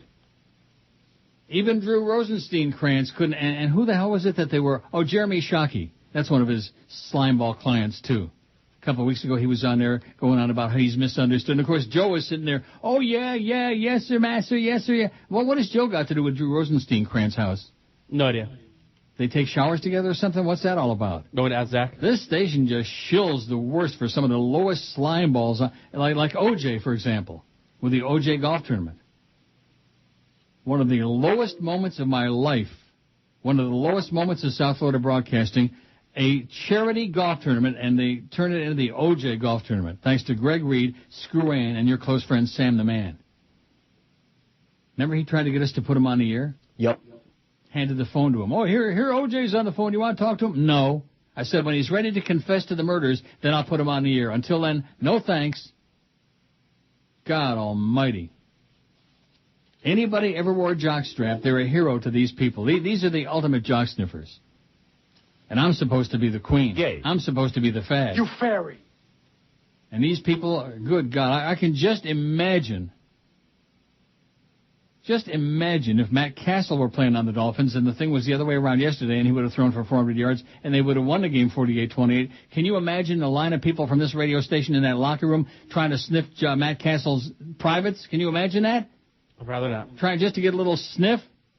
Oh, my God, down on their hands and knees. All crawling around by his... Rectum. That's right. Of course, they have to get by me first. The biggest names. The best talent. This is Neil Rogers. Sports Radio 560 QAM. The sports leader. A stench of cow manure hovers over this performance by the Dolphins.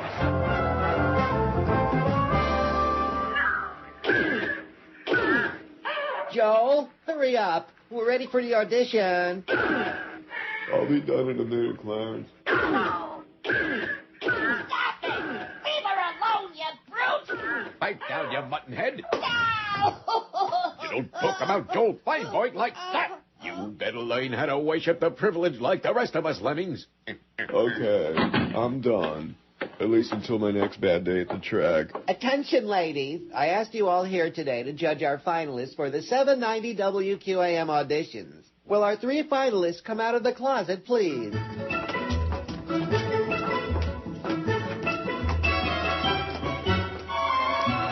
Audition finalist number 1. What is your name and what do you really do? Hiya, pal. My name is the Fabulous Sports Bay. I do a show that amounts to nothing, and I do it very badly. I got what you call a face for radio, and I don't belong there either. Which is perfect for the way you run the station you got here. Good night, everybody. Finalist number 2. My name is August Belch. I used to sell peanuts at Shea Stadium. Finalist number 3. My name is Larry Bluestein, and I like college and high school sports. Because I enjoy talking about and cheering for someone's kid I don't personally know. Because I get moist over young athletes that smell like bacon. Oh, I like you. You got a great voice. Do you have any experience in radio? Well, I realized what a great voice I have when I sang in the shower. My mama told me so. Ladies, we have a winner. Okay, everybody, all together now. Sports! It's the only thing that matters. Oh, that's it?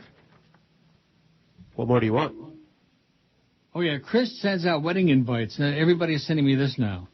Invitations to Governor Charlie Crist's nuptials are in the mail, and the guest list of the December 12th event has become a source of chatter around the state. The cream and pale pink invitations to Crist and fiancée Carol Rome's ceremony at First United Methodist Church in St. Pete began arriving last week. Cream and pale pink. Maybe that's what Charlie's going to wear to the wedding. State Representative Daryl Rousson, Democrat of St. Petersburg, said his fellow legislators are wondering who's been invited to the ceremony, which is black tie optional. Guests who are planning to attend won't be bringing gifts to the wedding. A card enclosed in the invitation reads, "No gifts, please, due to Florida law." You get your invitation yet? No, not that. Me neither. I get my pink. Cliff and Kendall says, I'll never forget the first time I went to the racetrack. What struck me most was the weird, freaky, half-dead crowd. They looked like the backup dancers from Thriller. What's up with that? Well, that's because the average age of the racetrack goer in South Florida is death plus 100. Last night on Turner Classic Movies, I watched Capricorn 1. The astronauts were played by James Brolin, Sam Waterston, and O.J. Simpson. He can't act his way out of a paper bag. It was surreal. In his last scene, he was crawling through the desert with thirst, mad with thirst, crying out his wife's name, and it wasn't Nicole. Happily, the bad guys killed him. Maybe on the inside there, O.J.'s going to have a little problem, you think? Maybe. Wouldn't that be great? Here's a real goofball, Frank, who sent about 600 emails today. Subject, Cifala. Neil, the reason Cifala called it that way is because the Dolphins did not contest the final touchdown. That is a bald-faced freaking lie, okay?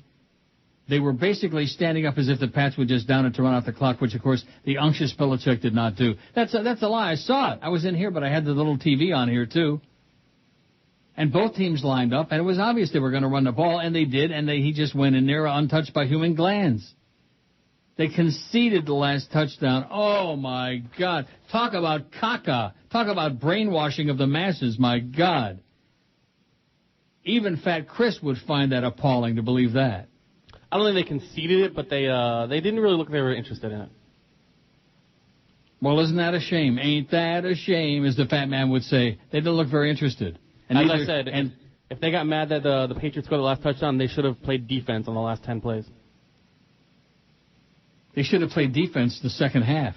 Actually, the whole game. As I said, the Patriots only got stopped with 2 turnovers and then one other time. That's it. Yeah, that's right. They handed them the 2 touchdowns on a silver platter with those 2 turnovers. That halftime lead could have been like 24-7, 24-0, whatever. That's correct. See, Fat Chris, he saw the game. He's a Dolphin fan, but at least he's not BSing himself, okay? He knows what a thrashing it was, what a disaster. Like I said, when it went to 31... any supposed Major League sports broadcaster to call a touchdown in an NFL game that way is scandalous. Scandalous. I got to take a drink. No, seriously, that was just awful. Even George, who has no interest whatsoever in any of this, even George was appalled. That was scandalous. See? Not that George is just sucking around, even though he is. I could give a rat's ass. That's right. And quite frankly, so could I, but it's just another good reason to rip Jimmy an ass he so richly deserves. Jimmy, you are awful. You fairy. Terrible. You fairy. Putrid. You fairy. Grotesque. You fairy. But this is what you get now with the jockocracy taking over. They do the play-by-play, they do the color, they do everything. No more sportscasters anymore. Unless you are an ex-jock, you can't get in the fraternity. It's a closed fraternity now.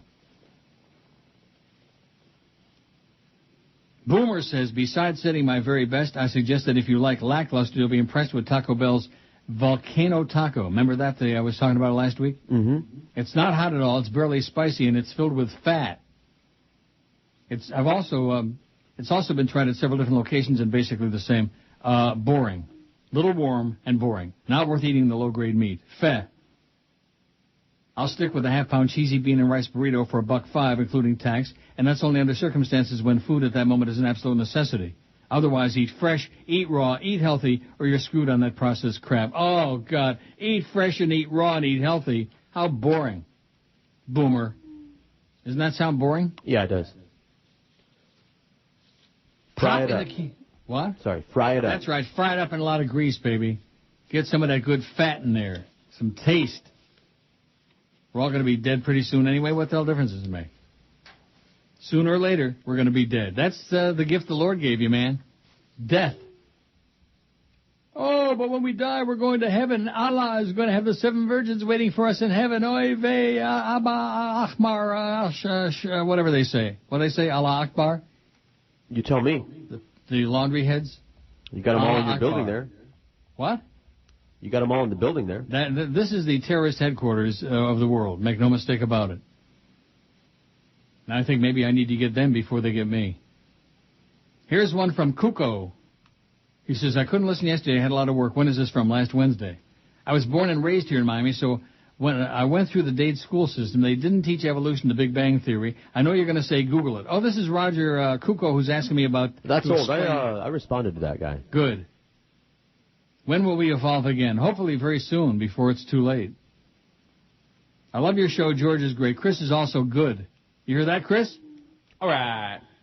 I started listening to you 6 years ago when I got tired of listening to the same sorry music on the Miami so-called radio. I told myself no more crap. And I switched over to listen to some Dolphin talk, and I heard Scott Farrell and his stories about his girlfriend, 34D. Then I stuck around and heard you, and I felt free. So different and funny. So thing. Never change the station again. Thanks, Kuko, and get with it. P.S. Who put the freak in the French fries? Oh. Here's one from Pop Mason from last Thursday. Boy, you got another short week this week. It's Thanksgiving Day on Thursday. I'm not going to be here Friday. George is going to have to really put in a great show on Friday. Or something. Or not.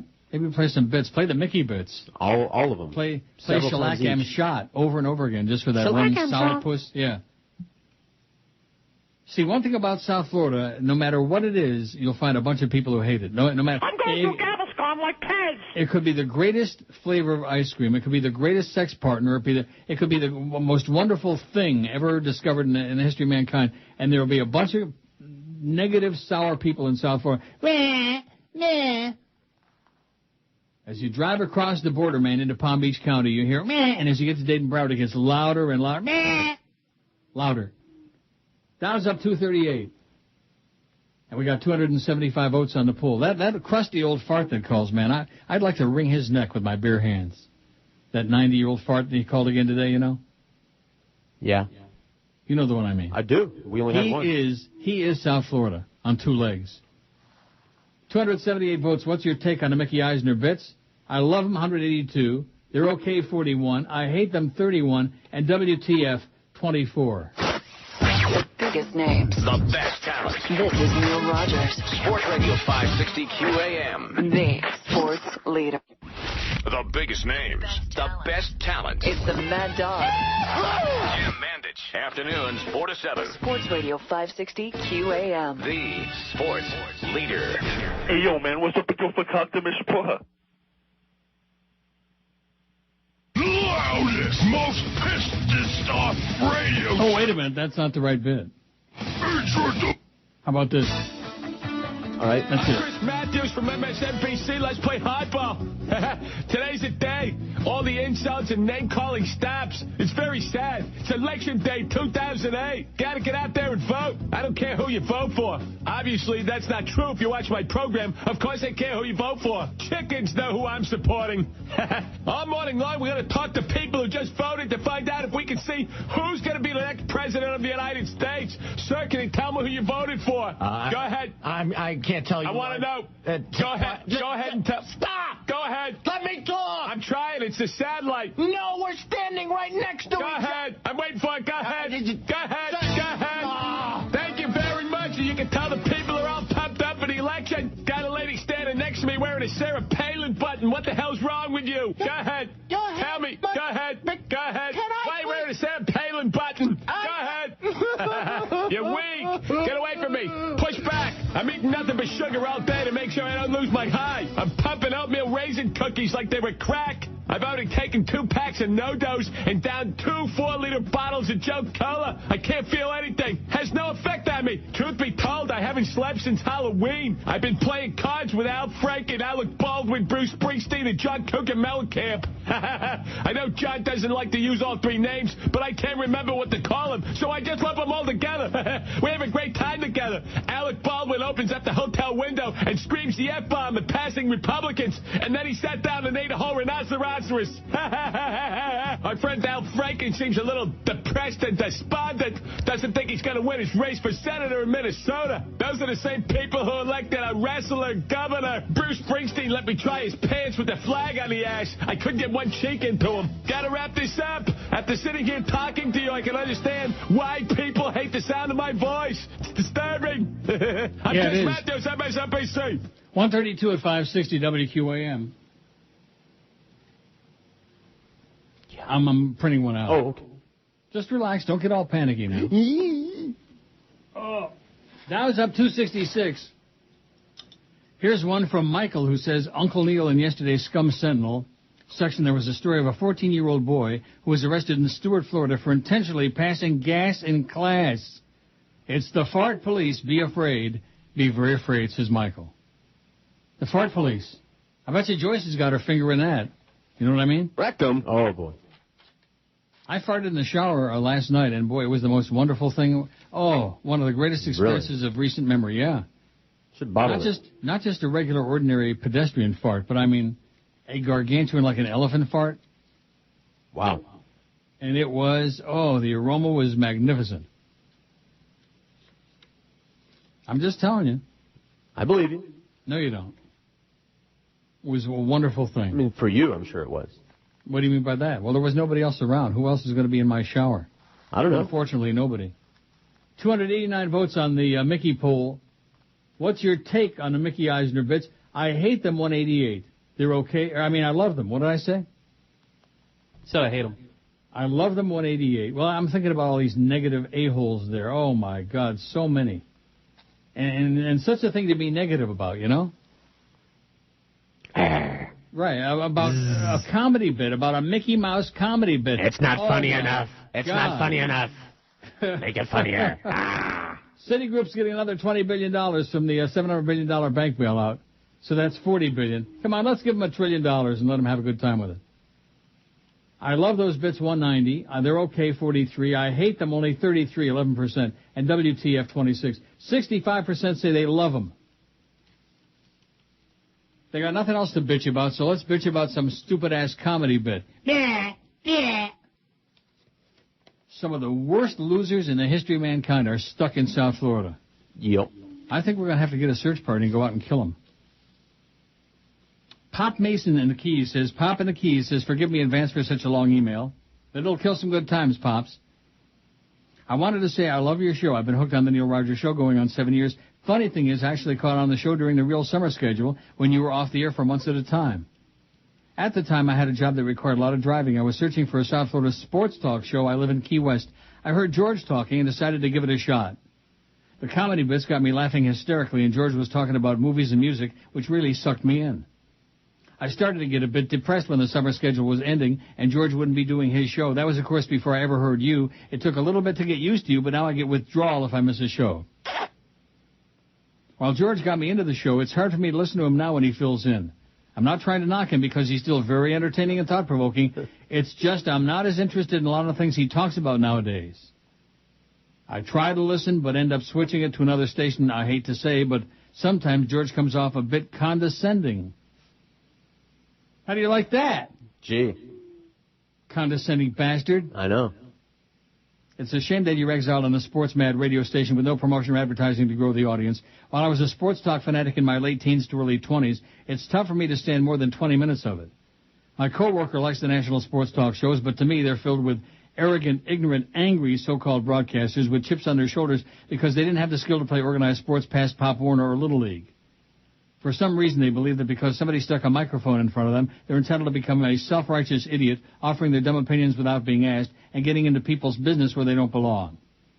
I like the local guys like Mandich and Rose, but really, how often can you hash and rehash the same subject? Oh, let's hear that touchdown again with Jimmy Cifala. Come on. Oh, I got to load it up again. My goodness, what is there to say, says Pops.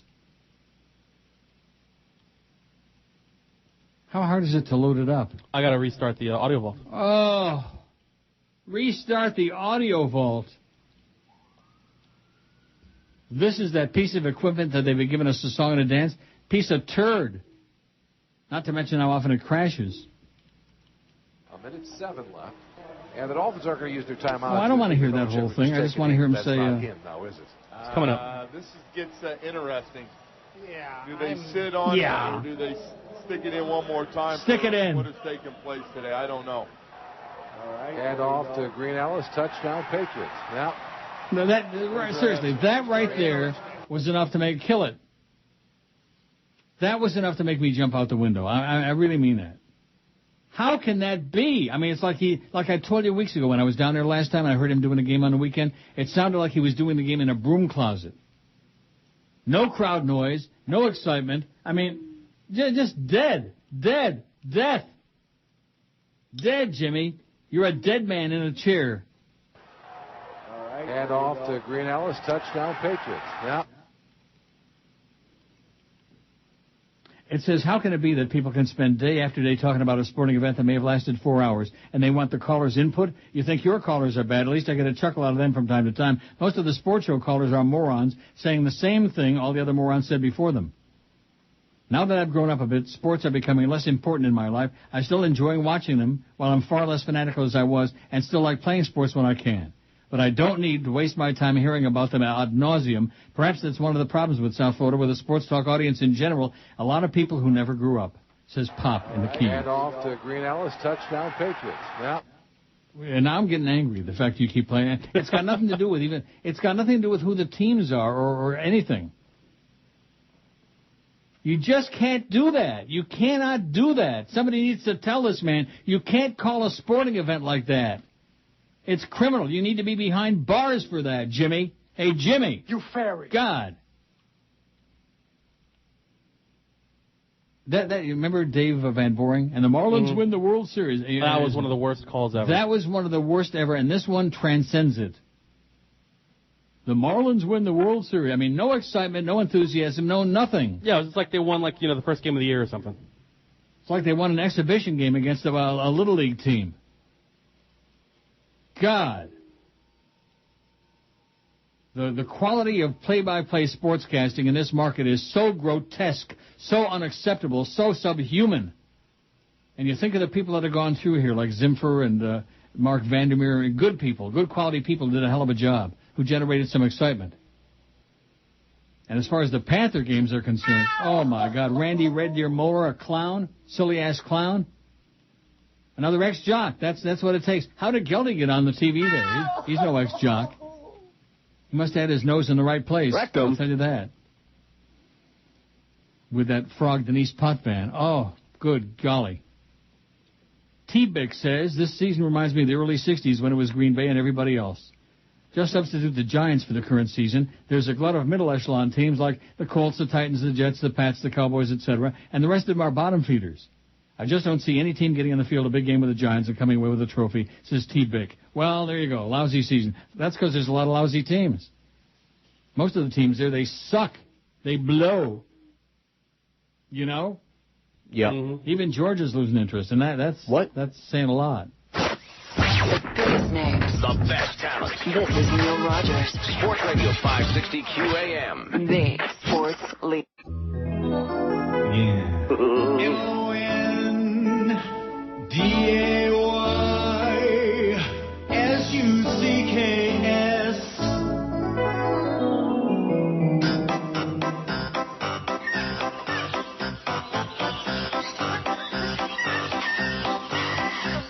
Oh, I'm a monkey, you're a monkey, she's a monkey, he's a monkey, we're all monkeys now.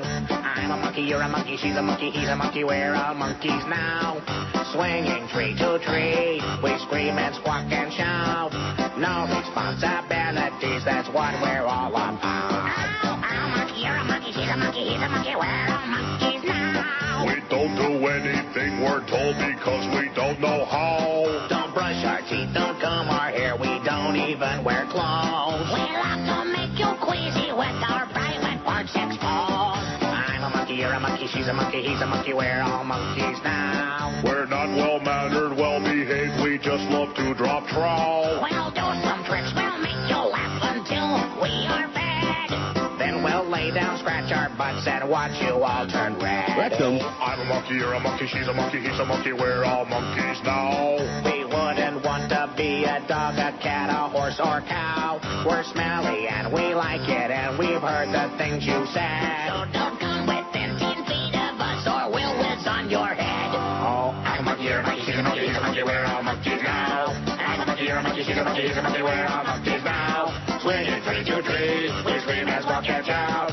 No responsibilities, that's what we're all about. 14-year-old Phil got some exciting news from Flea. Did he come in and tell you about this or not? On who? Flea. No.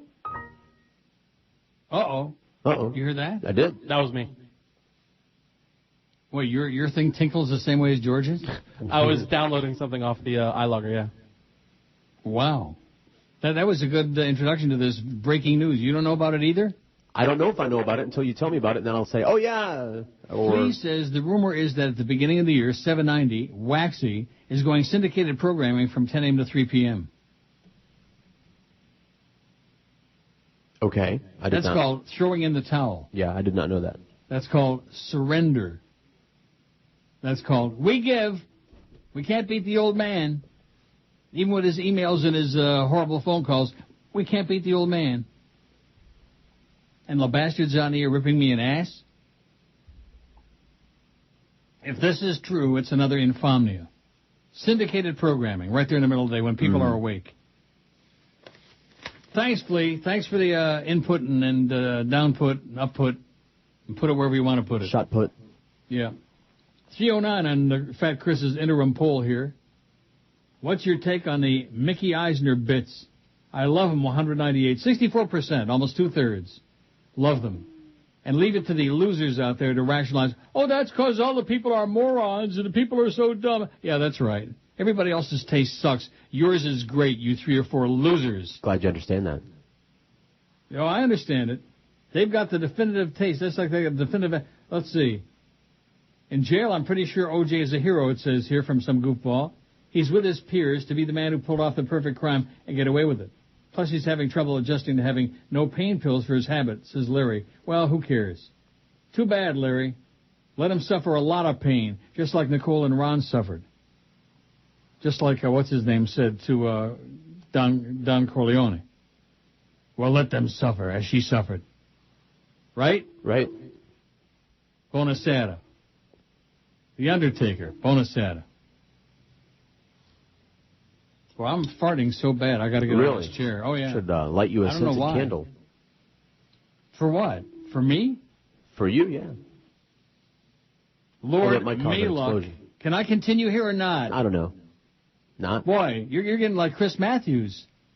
It's got so much spittle around my food hole. You're getting like Denise Potvin and Chris Matthews with his politics. Lord Maylock. What kind of a name is that? Maylocks? Says, good morning, Neil. This is last Wednesday again. Firstly, I'd like to say thank you for getting the archives back up and functioning normally again. Thank you. Thank you, Eric. I live in Massachusetts. I've been able to hear you again without any interference like yesterday, so thank you very much indeed, Neil. Indeed. I'm writing this email at 9:30 a.m., so I'm guessing you'll be on stream shortly then. Secondly, I'd like to interest you in a news story called Gay Marriage Throughout New England by 2012. Have a great show, Neil God. Respectively, Lord Maylock, and he tells me how to pronounce it. M-A-L-U-K, Maylock. What kind of a name is that? Made up? Yeah, well, that's Maylock? Obvious. And he's got a story here about the campaign, gay marriage rights in the other 4 New England states, predicted success by 2012. Well, good luck to you, Lord Maylock. Maybe Charlie Crist can put off that marriage for a while. Get married up there in Massachusetts. We can come up here to Toronto. We can get married right now. Charlie Crist. I'll be the best man. Charlie Crist getting married. It's just... And the fact of the matter is that there are people stupid enough out there to buy into it, including a lot of people in the media. Sirius, by the way, still at 15 cents. 15 cents.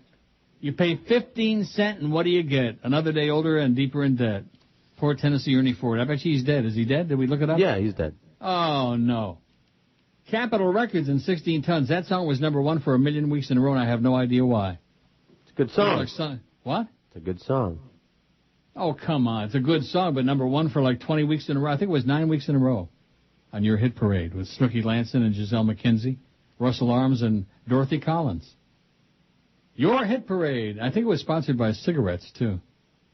What brand? I don't know. I don't know, and I don't care. Oh, what a talk. People say a man is made out of mud. A poor man's made out of muscle and blood. Muscle and blood and skin and bones. A mind that's weak. I bet you Matt Cassel's made of skin and bones. You load 16 tons. What do you get? You can have the skin and I'll take the rest. 320 votes on that poll. Not too shabby there, considering it's an interim, like, what do we do on the first one before I Schmidt canned it? Do you know? Yeah, I'm pulling up. You care? Well, we had 640. 640 and 320 is 960. Yep. Oh, if you'd have pushed it, man, between the two of them, we could have gotten 1,000 on a Monday, on the day after a Dolphin devastating loss. That puts them at 6-5.